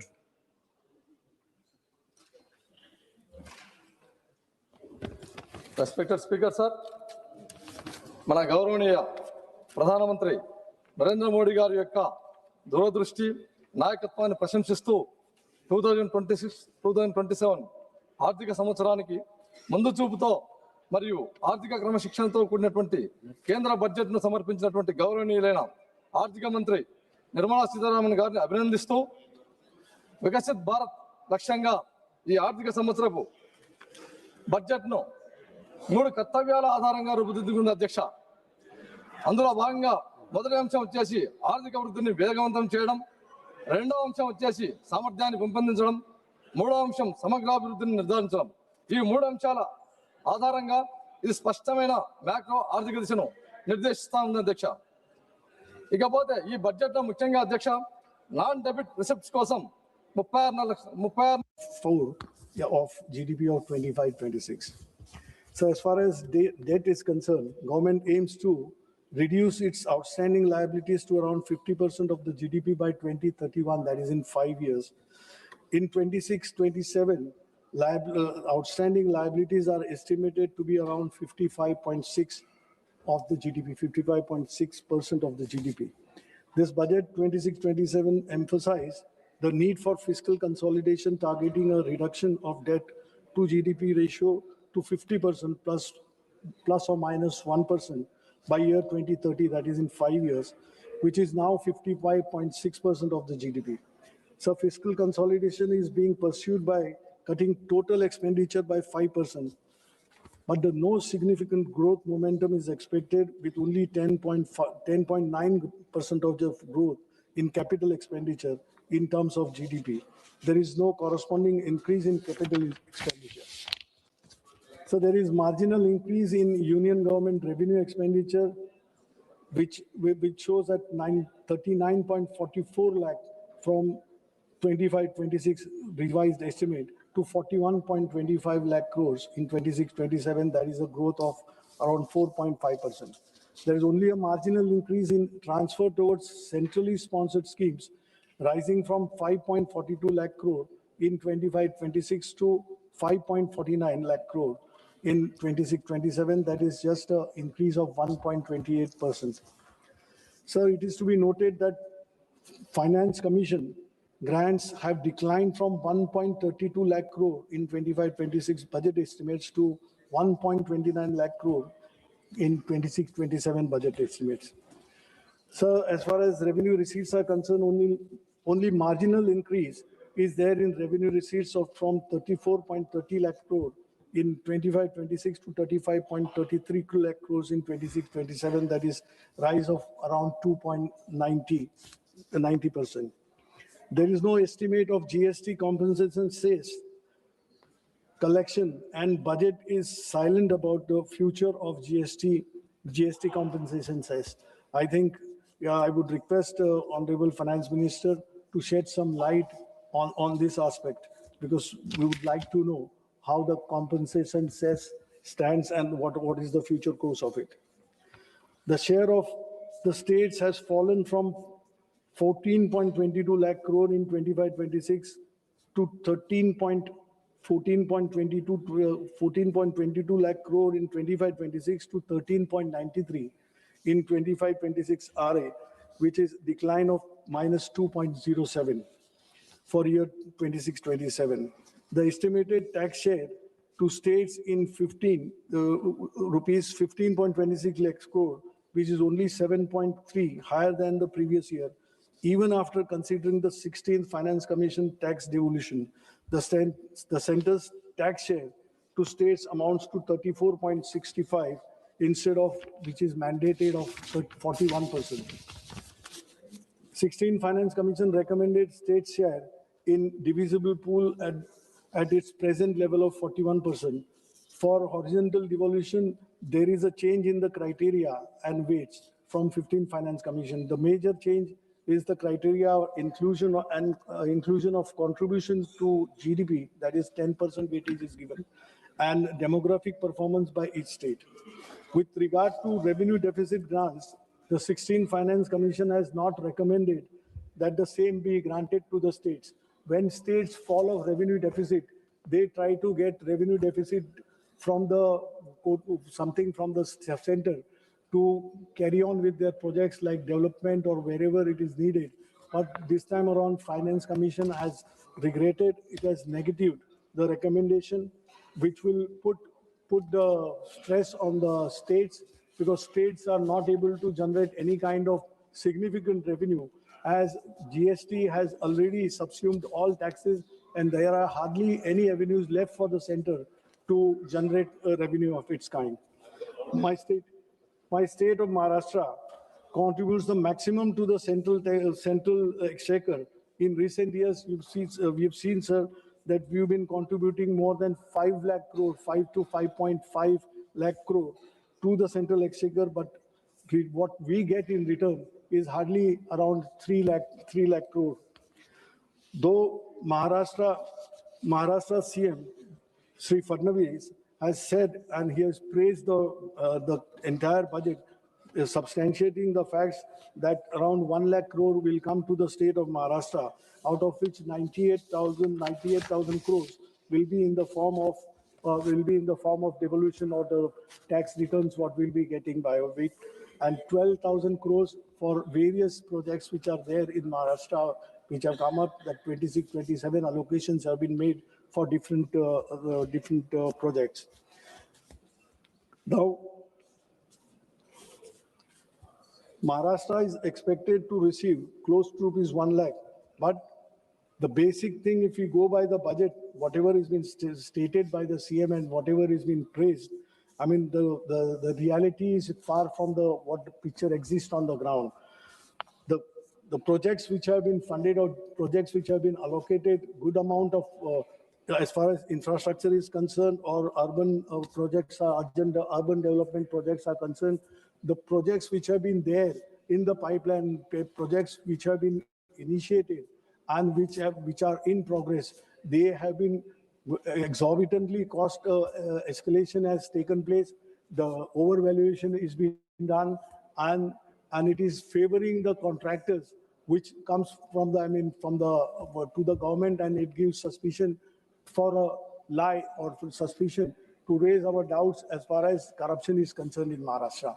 So whatever projects which are there, Mumbai-Aurangabad high-speed rail, that is 6,103 crore has been provided for that corridor. Mumbai metro projects, 1,702 crore has been provided for that. Mumbai urban transport project, MUTP 3, 462 crores have been allocated. Now, green mobility projects in MMR region, that is Mumbai metropolitan region, 155 crores have been allocated. Intelligent transport system, ITS, on Samriddhi Mahamarga, that is 680 crores. Now these are, and Pune Metro Rail project, that is 517 crores. These projects which ought to have been completed by now, but it is not yet completed, that escalation is on, overvaluation is being done, and this non-completion is not only proving inconvenient to the people, but it comes as a hindrance in the progress of Maharashtra. And who is benefiting out of it? Only contractors are benefiting out of it, and that is in connivance with the government officials or the politicians who are there and the treasury benches of Maharashtra. So these are the things, I mean, not leveling the charges, but this is what is seen by the people, felt by the people, and people feel that progressive state like Maharashtra, why it is taken back seat. Now, sir, finance and economy is concerned, as far as this budget is concerned, high-level committee on banking for Vikasit Bharat it is been proposed. Now, banking sector, that is the backbone of Indian economy. Now, this public sector, which had the strength, yesterday only or today only in the papers it has come, that State Bank of India has registered a 31,000 crore profit in the last quarter. So that is the strength and that is the capacity potential what our public sector banks, insurance or whatever public sector units are there. Instead of strengthening them, the government steps are going in the direction of weakening them. Why are we going for disinvestment? Why are we coming with the disinvestment plan? Every year we present a budget. Last year's, I think 75 to 80,000 crores were meant to be recovered in the revenue was to be received by way of disinvestment. But what has happened? Not even 40,000 crores came our way. And today, banks like IDBI, which is just, IDBI employees are worried that why it is being thought or why it is being put on the panel that it will be privatized. Private banks are not going for the people, they are not going for the employment, they are not going to help you. Now in the banks, instead of having where the potential is so large, when you have good profits, banks which were shouldering the responsibility of addressing the unemployment issue in the country, now they are not, because government has tied their hands. Whenever we talk to management, they are saying we are not getting clearance from the finance ministry. So if this be the case, where would the people go? When we call that brain drain is happening day in, day out from India, where the youth would go if they are not finding, despite having good qualifications, they are not having any chances to get employment into banks or public sector, this thing where they would make their future. If that is so, they have no alternative but to leave the country. And this is a sad situation when we talk of creating employment. On one side, wherever employment opportunity capacity is there, employment is not given. Even this is happening in case of insurance companies also. Insurance companies who were doubted that one day all three general insurance companies were to be made one, or they were to be by way of disinvestment, they were to be decided.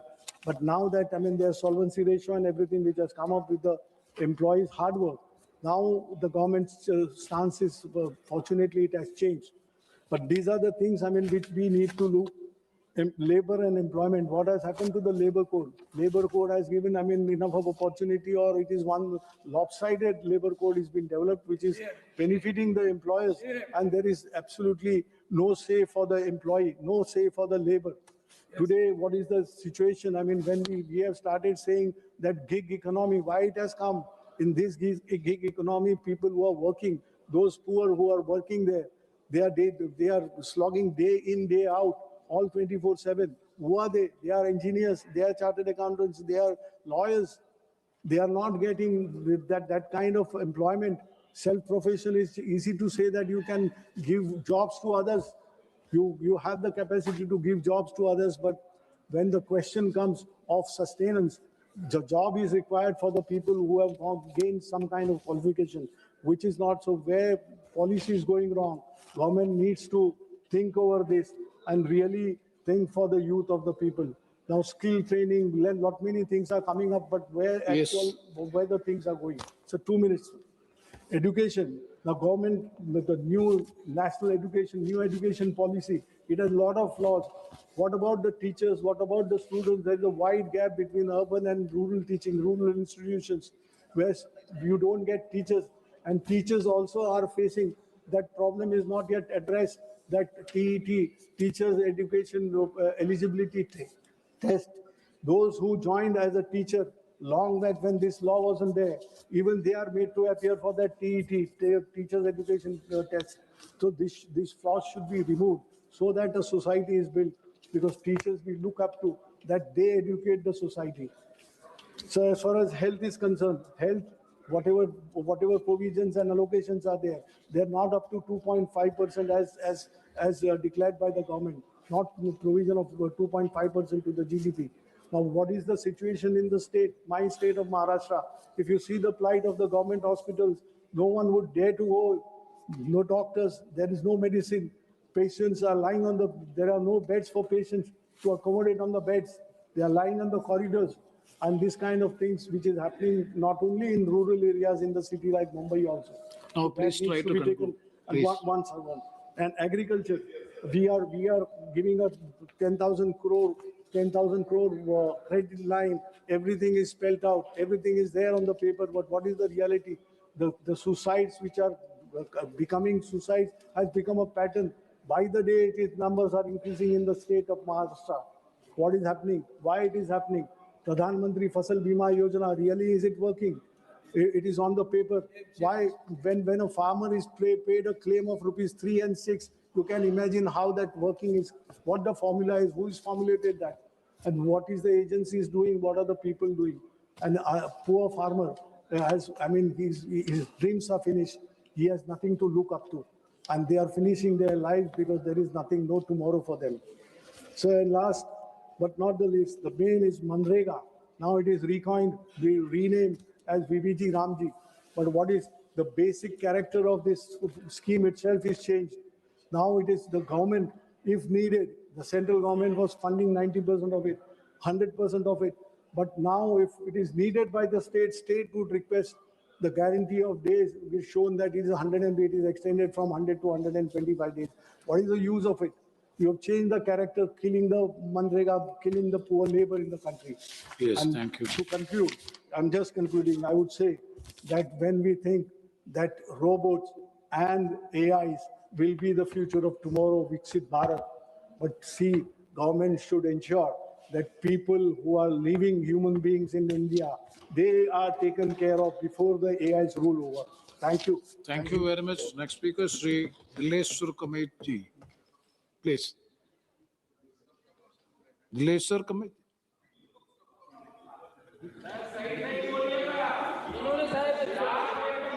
मुझे वर्ष 2026-27 के आम budget पर चर्चा में भाग लेने का अवसर दिया, इसके लिए आपका आभार प्रकट करता हूं।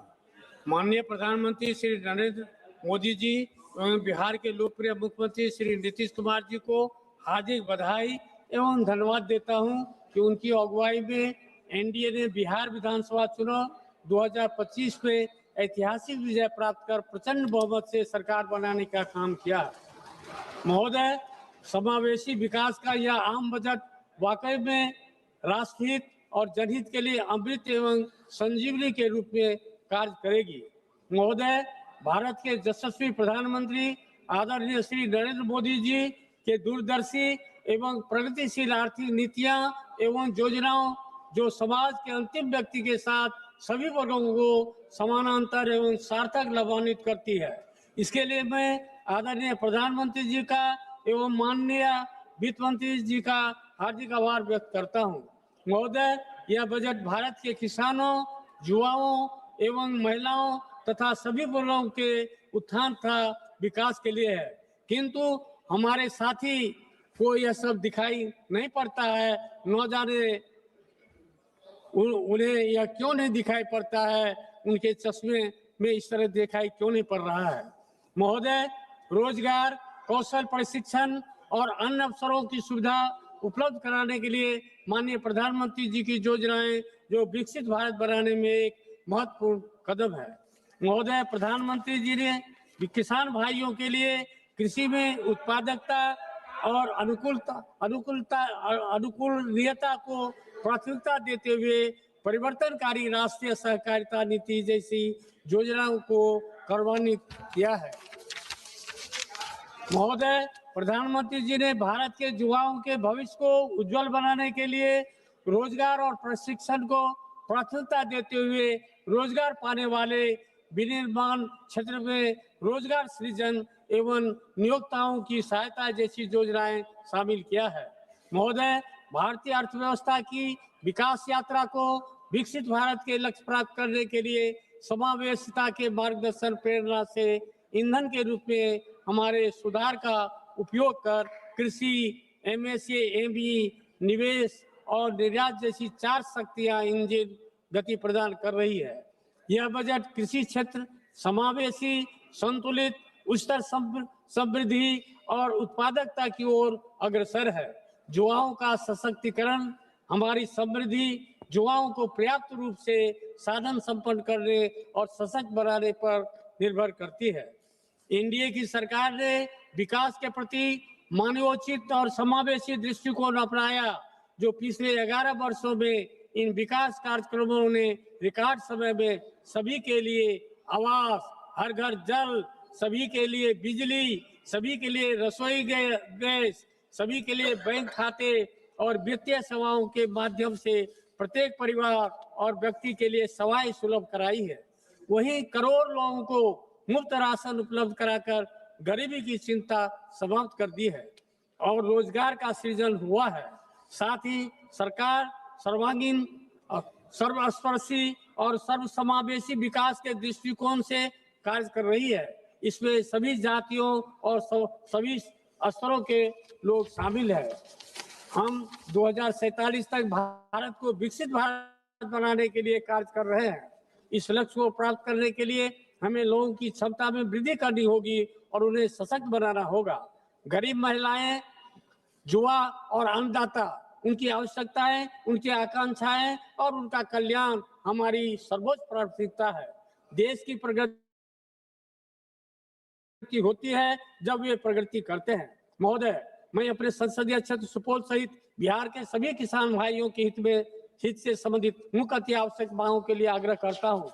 वर्ष 2008 के प्रलयकारी बाढ़ की तबाही के बाद कोसी क्षेत्र के किसान भाइयों ने बहुत ही कष्ट सहन कर मखाना के साथ मक्का एवं जूट की खेती करना शुरू किया। मैं माननीय प्रधानमंत्री जी का आभार व्यक्त करता हूं कि आपके द्वारा मखान बोर्ड की स्थापना की गई है। महोदय, मेरे संसदीय क्षेत्र सुपौल के साथ बिहार के सीमावर्ती कोसी एवं मिथिला क्षेत्र में देश के कोने कोने से मखाना के साथ मक्का एवं जूट की खरीदारी हेतु व्यापारियों का आना जाना लगा रहता है, जिसके लिए बड़े स्तर पर व्यापार केंद्र अति आवश्यक एवं अपेक्षित है, जिसमें चौड़ी सड़क, रेलवे का कंटेनर डिपो, देश के सभी महानगरों के साथ रेल कनेक्टिविटी, भारी वाहन पार्किंग, उच्च क्षमता का भंडार, कोल्ड स्टोरेज, राष्ट्रीयकृत बैंक, भोजनालय, शौचालय के साथ अतिथि गृह का निर्माण हो, जिससे किसानों एवं व्यापारियों के लिए मूलभूत सुविधाएं प्राप्त हो सके। महोदय, मेरे संसदीय क्षेत्र सुपौल एवं बिहार के कोसी मिथिला वासियों के लिए एक केंद्रीय कृषि अनुसंधान महाविद्यालय की स्थापना जनहित में अत्यंत ही आवश्यक एवं उपेक्षित है, जिसमें कृषि एवं किसान कल्याण संबंधी सभी विषयों का पठन पाठन हो सके। आग्रह है कि मेरे संसदीय क्षेत्र सुपौल में केंद्रीय कृषि अनुसंधान महाविद्यालय की स्थापना की जाए। रेलवे बनी बिहार के विकास की धुरी है। 2019 से 2014 रेलवे बजट में औसतम 1132 करोड़ बजट था, जबकि 2026-27 में रेलवे बजट बढ़कर 10,370 करोड़ हुआ। बढ़ा हुआ बजट सीधे सीधे परियोजनाओं, रोजगार और बेहतर सेवाओं में तब्दील होता दिख रहा है, जिसका सीधे लाभ बिहार को मिल रहा है। महोदय, अपने संसदीय क्षेत्र सुपौल में रेलवे संबंधी मुख्य अति आवश्यक समस्याओं का समाधान के लिए माननीय प्रधानमंत्री जी एवं माननीय रेल मंत्री से आग्रह करता हूं कि पूर्व मध्य रेलवे अंतर्गत सीतामढ़ी जयनगर भाया निर्मली तथा ललितग्राम वीरपुर नई रेल लाइन परियोजना का शिलान्यास कर यथाशीघ्र निर्माण कार्य शुभारंभ कर तथा रेल परिचालन करने की कृपा की जाए। गाड़ी संख्या 15949 और 15950 डिब्रूगढ़ गोमती नगर अमृत भारत एक्सप्रेस का परिचालन गलगलिया अररिया रेलखंड होकर फारबिसगंज सरायगढ़ दरभंगा के रास्ते करने की कृपा की जाए। डिब्रूगढ़ से नई दिल्ली भाया कटिहार, बरौनी एवं भाया कटिहार हाजीपुर होकर 3 राजधानी ट्रेन का परिचालन किया जाता है। उन तीनों में से किसी एक राजधानी ट्रेन को नवनिर्मित गलगलिया अररिया रेलखंड होते हुए फारबिसगंज राघोपुर तथा दरभंगा के रूट से परिचालन करने की कृपा की जाए, जिससे बंगाल, बिहार तथा उत्तर प्रदेश के सीमावर्ती क्षेत्रों की जनता को इसका लाभ मिल सके तथा समय एवं दूरी भी कम होगी। छात्रों, युवाओं, किसानों, व्यापारियों तथा शिक्षा, स्वास्थ्य, बाजार, कोर्ट कचहरी की सुविधा के लिए पूर्व मध्य रेलवे के त्रिवेणीगंज से पटना भाया सरायगढ़ दरभंगा होते एक मेल एक्सप्रेस ट्रेन का परिचालन रात्रि में दोनों तरफ से किया जाए। साथ ही सुपौल से सियालदह कलकत्ता के लिए एक नई ट्रेन चलाई जाए, जिसे क्षेत्र के व्यापारियों तथा उस क्षेत्र के सीमावर्ती क्षेत्र के जनता को इसका लाभ मिल सके।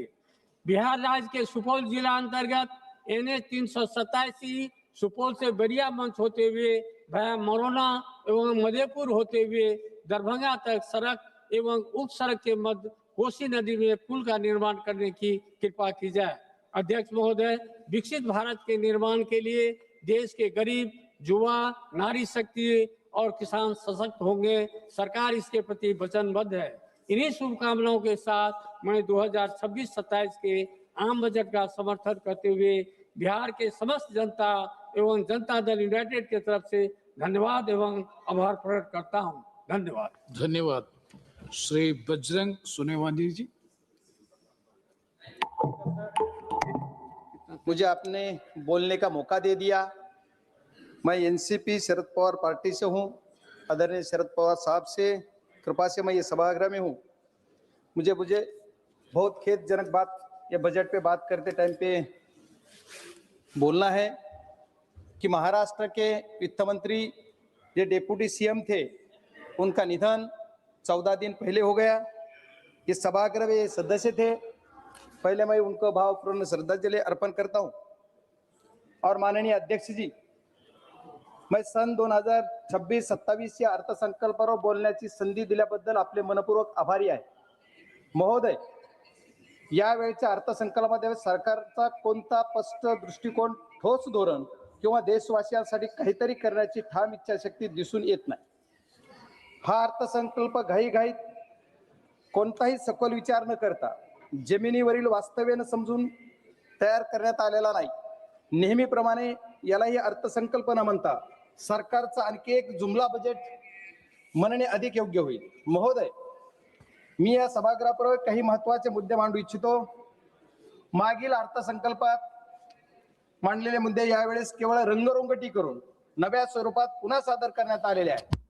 महोदय, माननीय अर्थमंत्री महोदयांनी सुधार एक्सप्रेस या संकल्पनेची मोठ्या गाजावाजात घोषणा केली आणि सरकारने 350हून अधिक सुधारणा केल्याचे सांगितले। मात्र 350 सुधारणा नेमक्या कोणत्या याचा तपशील देण्यात आलेला नाही। जीएसटी सोडल्यास कोणताही ठोस सुधारणा झाली हे स्पष्ट होत नाही। जीएसटी सारखा विषय गोरगरिबांना लुटण्याचा विषय जीएसटी मध्ये होतो। जीएसटी मध्ये बरेच काही बदल केले, हे बदल सुद्धा चुकीच्या पद्धतीने आहेत असं माझं मत आहे। महोदय, जीएसटी बाबत सांगायचे झाले तर हा कर घाईघाईत रात्री 12 वाजता घंटानाद करत लागू करण्यात आला। विरोधकांनी वारंवार सूचित केले ही सर्व संबंधित चर्चा करून विचारपूर्वक हा कर लागू करावा, पण सरकारने कोणतीही सूचना मान्य केली नाही। आज सरकार स्वतःच्या चुकीच्या निर्णयामुळे निर्णय झालेल्या अडचणी दुरुस्त करण्याचा प्रयत्न सुधार एक्सप्रेस या नावाखाली करत आहे। माझा सरकारला थेट प्रश्न आहे की तुमच्या चुकीच्या जीएसटी धोरणामुळे ज्या व्यापाऱ्यांचं, उद्योजकांचं आणि सामान्य नागरिकांचं नुकसान झालं, त्या सर्व लोकांना सरकार नुकसान भरपाई देणार आहे का? महोदय, एमएसएमई क्षेत्रासाठी दरवर्षी आश्वासने दिली जातात, पण वास्तव्य असे आहे की काही सरकारच्या काळात लघु मध्यम उद्योग दिवसेंदिवस अडचणीत सापडत आहेत। अनेक छोट्या उद्योग बंद पडण्याच्या मार्गावर आहेत। त्यांना वाचवण्यासाठी सरकारकडे कोणते स्पष्ट धोरण नाही। सरकार याच्यासाठी कुठले पावले उचलत नाही, त्याच्यामुळे उद्योजक अडचणीत येत आहेत। आपल्या देशातील उद्योजक सक्षम आहेत, पण सरकारच्या चुकीच्या धोरणामुळे ते आज अडचणीत सापडलेले आहेत।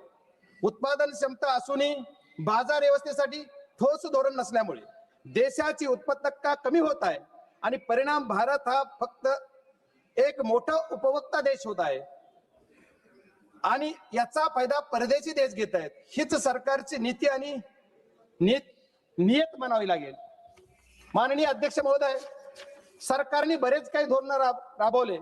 मागच्या काळामध्ये सरकारने या देशामध्ये साखर उद्योगासाठी इथेनॉल प्रोजेक्ट उभारण्यासाठी इंटरेस्ट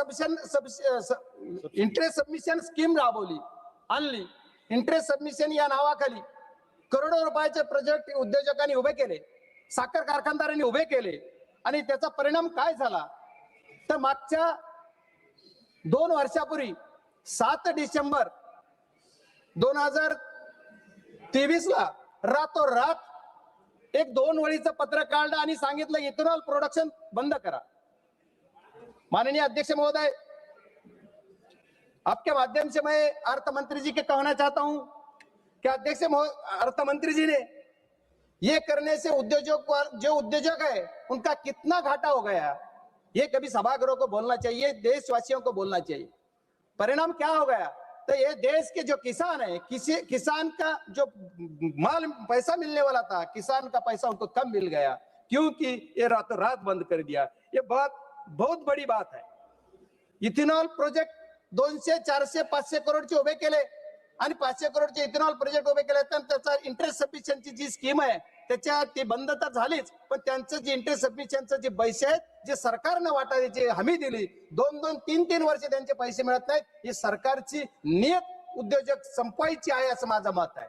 त्याच्यामुळे सरकारने त्याच्यावर सुद्धा काहीतरी ठोस पाऊल उचलला पाहिजे। एवढंच नाही तर किसान जे ऊसाचे शेतकरी आहेत, ऊस उत्पादक शेतकऱ्यांसाठी साखरला MSP लागू करायची, दरवर्षी FRP वाढली जाते पण MSP वाढत नाहीये। जर FRP तुम्ही दरवर्षी वाढवता, खूप आनंदाची गोष्ट की शेतकऱ्याला FRP पण पैसा मिळाला पाहिजे, पण साखरेची MSP कोण वाढवणार? सरकारला आपल्या माध्यमातून मी एवढीच विनंती करणार आहे की तुम्ही MSP पण वाढवा। आज या कृषी प्रधान देशामध्ये ऊसाची शेती असो, आलूची शेती असो, गव्हाची शेती असो, बटाटा असो, सगळ्या शेतकऱ्यांना MSP दिली पाहिजे, ही काळाची गरज आहे। पण हे सरकार MSP देत नाही, ही दुर्दैव आहे। आणि सरकारने सांगितलं कृषी प्रधान देशामध्ये की आम्ही शेतकऱ्यांचं उत्पन्न दुप्पट करू, पण शेतकऱ्याचं उत्पन्न दुप्पट न होता निमपटीवर येत आहे। याच्यासाठी सरकारने ठोस निर्णय घेतला पाहिजे अशी माझी सरकारला विनंती। महोदय, या अर्थसंकल्पात व्यापाऱ्यांना पुन्हा कर्ज घेण्याचा सल्ला देण्यात आला।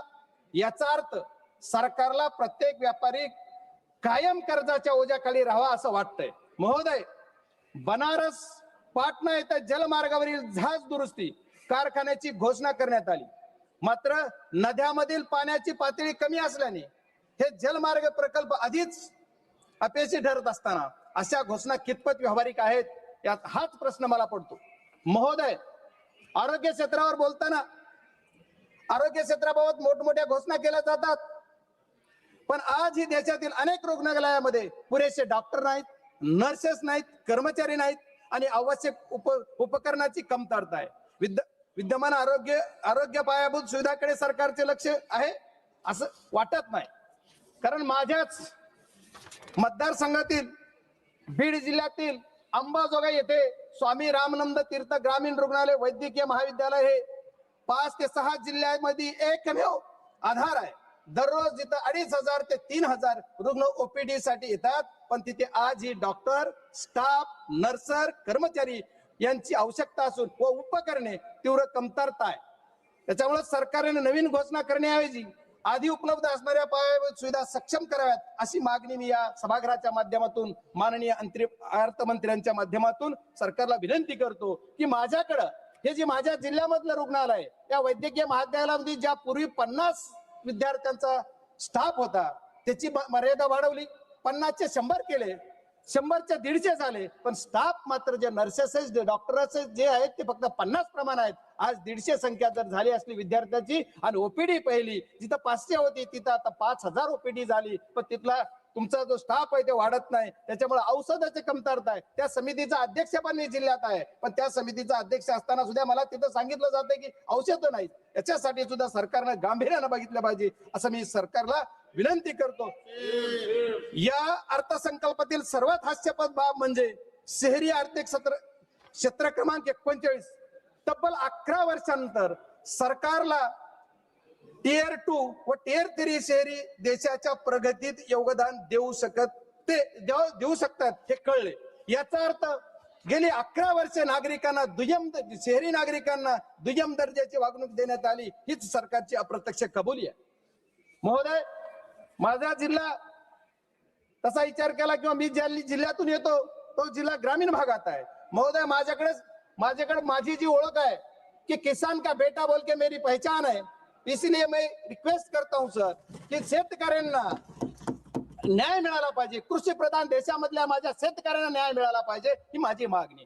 काजू आणि चंदन अशा सर्व चर्चेला उल्लेख अर्थसंकल्पात करण्यात आला। काजू हा सर्वसामान्यांच्या आवाक्याबाहेर आहे आणि चंदन उत्पादक दक्षिण भारतातील शेतकरी आपल्या मालाच्या विक्रीसाठी त्रस्त आहेत।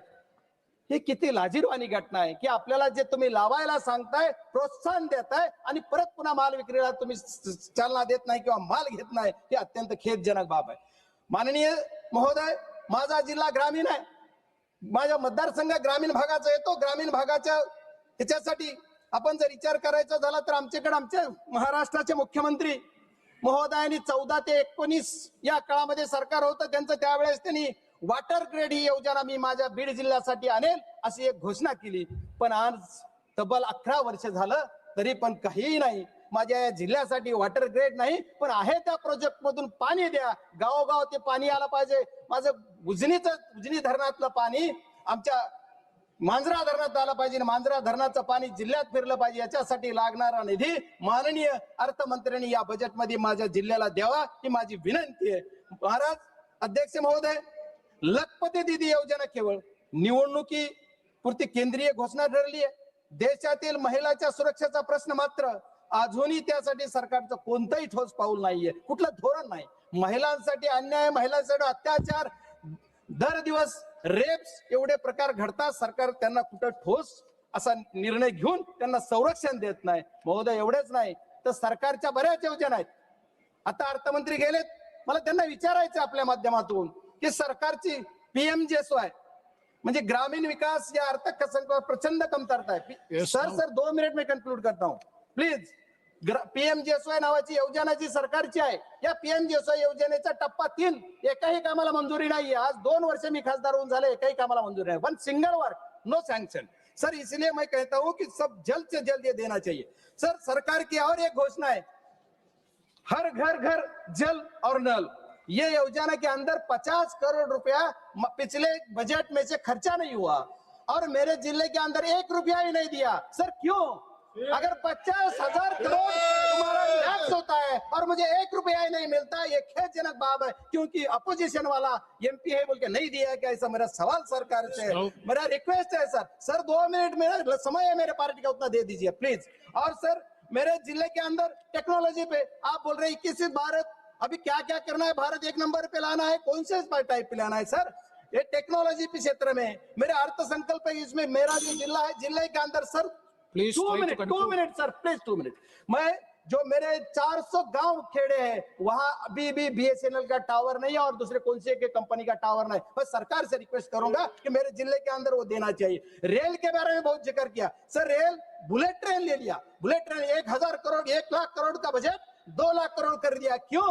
और मेरे इधर कुछ क्या किया है? हमारे महाराष्ट्र के अंदर खाली अर्बन के लिए सरकार चलती है, रूरल के लिए क्यों नहीं है? मेरे जिले के अंदर जो मेरा एक सेकंड, मेरे जिले के अंदर एक ही प्रोजेक्ट की मांग थी मेरी और सरकार से, अर्थमंत्री से मेरे रिक्वेस्ट है, मेरा जो धाराशिव से लेके बीड़ से लेकर संभाजीनगर का रेल मार्ग, इसी के लिए कुछ ना कुछ बजट की तरतूद होना चाहिए. और ये गरीब के किसान के बेटे के जो मतदार संघ है उसी के लिए अर्थमंत्री दे देंगे. Sir last second, last sir, ये अर्थसंकल्पात देशाच्या, मी लास्ट बोल रहा हूँ, शेवटी एवढंच म्हणेन की या अर्थसंकल्पात देशातील जनतेला पूर्णपणे नेणास करणारा आहे. जुन्या घोषणाचे मिश्रण करून घाईघाईत तयार करण्यात आलेला आहे. अर्थसंकल्प आम्हाला या गोष्टीतून काहीच मिळणार नाही. मी माझ्या सर एक क्लब खाली एक सरकार के लिए. धन्यवाद अध्यक्ष महोदय.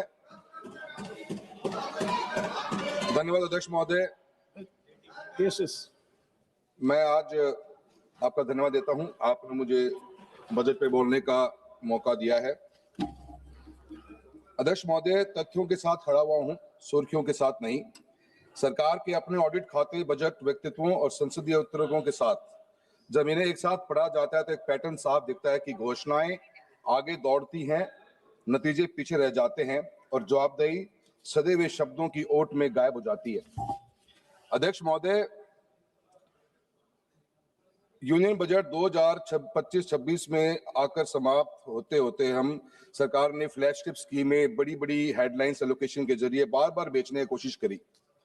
पिछले कितने बजटों को चेक करेंगे तो हर बार कुछ न कुछ बजट में नया आता है, पर कोई कंपैरेटिव उसका कोई चार्ट नए पार्लियामेंट में कभी पेश हो पाता है कि क्या स्कीमें लॉन्च हुई और उनका आज पब्लिक एट लार्ज में, फील्ड में उनका क्या इम्पैक्ट रहा है. लेकिन मैं आपको एक स्टार्टिंग शुरुआत करनी चाहूंगा PM पोषण स्कीम के साथ में. एक भारत सरकार की बेहतरीन प्रोग्राम ना, अच्छा है, पोषण को हम इंप्रूव करना चाहते हैं और अच्छा एक जिसका गवर्नमेंट ऑफ इंडिया के ऑफिशियल अगर आप डैशबोर्ड भी चेक करो तो 21-22 के अंदर इस प्रोजेक्ट के इस स्कीम के लिए जो बजट एस्टिमेट थे वो 11,500 करोड़ पे थे, जबकि एक्चुअल एक्सपेंडिचर 10,000 करोड़ के आसपास ही हुआ। फिर 23-24 में ये 11,600 करोड़ बढ़ा दिया गया, एक्चुअल एक्सपेंडिचर 8,400 करोड़ हुआ। 24-25 में 12,500 करोड़ कर दिया गया, एक्चुअल रिलीज 9,900 करोड़ हुआ। और 25-26 में बजट एस्टिमेट 12,500 करोड़ हुआ और एक्चुअल रिलीज 6,170 करोड़ पे हुआ। सर अध्यक्ष महोदय, मैं कहना चाहता हूं कि सरकार स्कीमों के साथ में जब बजट एस्टिमेट अनाउंस करती है, रिवाइज एस्टिमेट होते हैं मिड ऑफ द ईयर के अंदर, वहां आधा दम तोड़ जाता है और जब ये एक्चुअल में लागू होती है तो इनकी हालत और भी दयनीय हो जाती है। और ऐसा ये नहीं कि किसी एक स्कीम के साथ है, अनेकों स्कीम के साथ में है।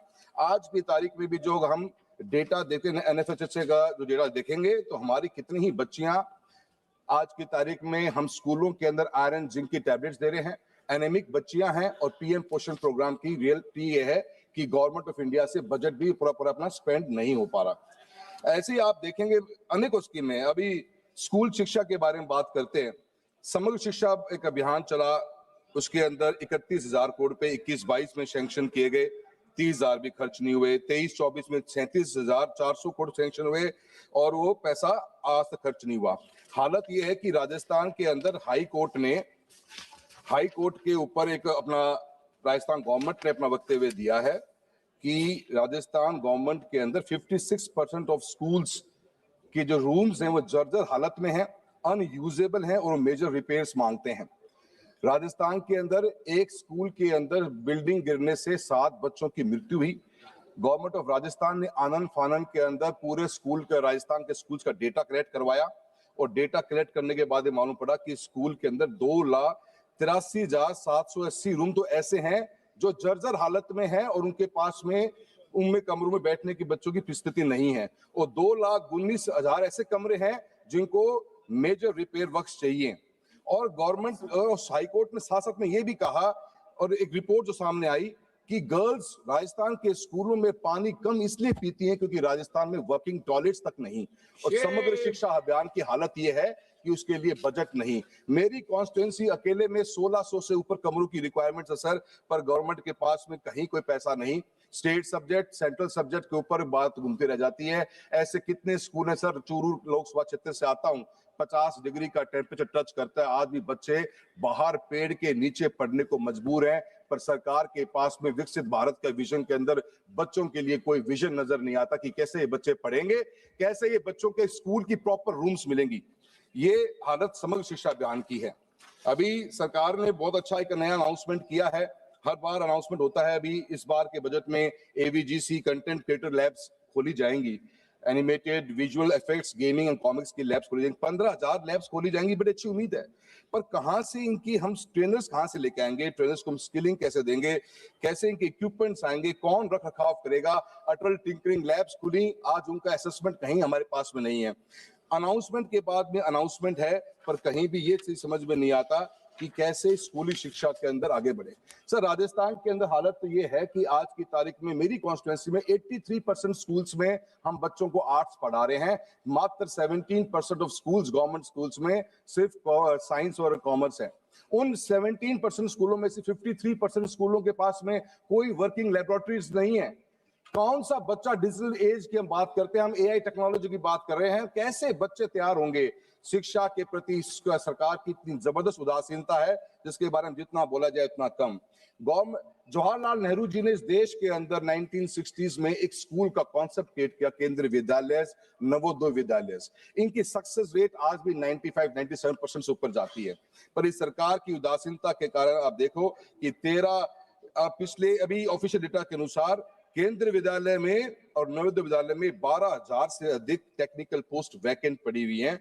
बच्चों के एडमिशंस घटते जा रहे हैं, जहां 1,95,000 20-21 के अंदर बच्चे केवी में एडमिशन लेके बैठे हुए थे, आज वो फिगर घटते घटते हमारा 1,39,000 के ऊपर आ गया है। यही हालत हमारे नवोदय स्कूल्स की है। मेरा प्रधानमंत्री कौशल विकास योजना के बारे में बात करी, उनकी स्थिति क्या है? बिल्कुल खत्म होने की पोजीशन के ऊपर सेंटर्स आगे हैं। सिर्फ और सिर्फ न तो कोई एक डेटा के अनुसार 41% बच्चों को, ट्रेन बच्चों को गवर्नमेंट प्लेसमेंट दिला पाई, और प्लेसमेंट होने के बाद में इन बच्चों के साथ में आज की तारीख में सिर्फ ये सर्टिफिकेट डिस्ट्रीब्यूशन का एक प्रोग्राम रह गया है।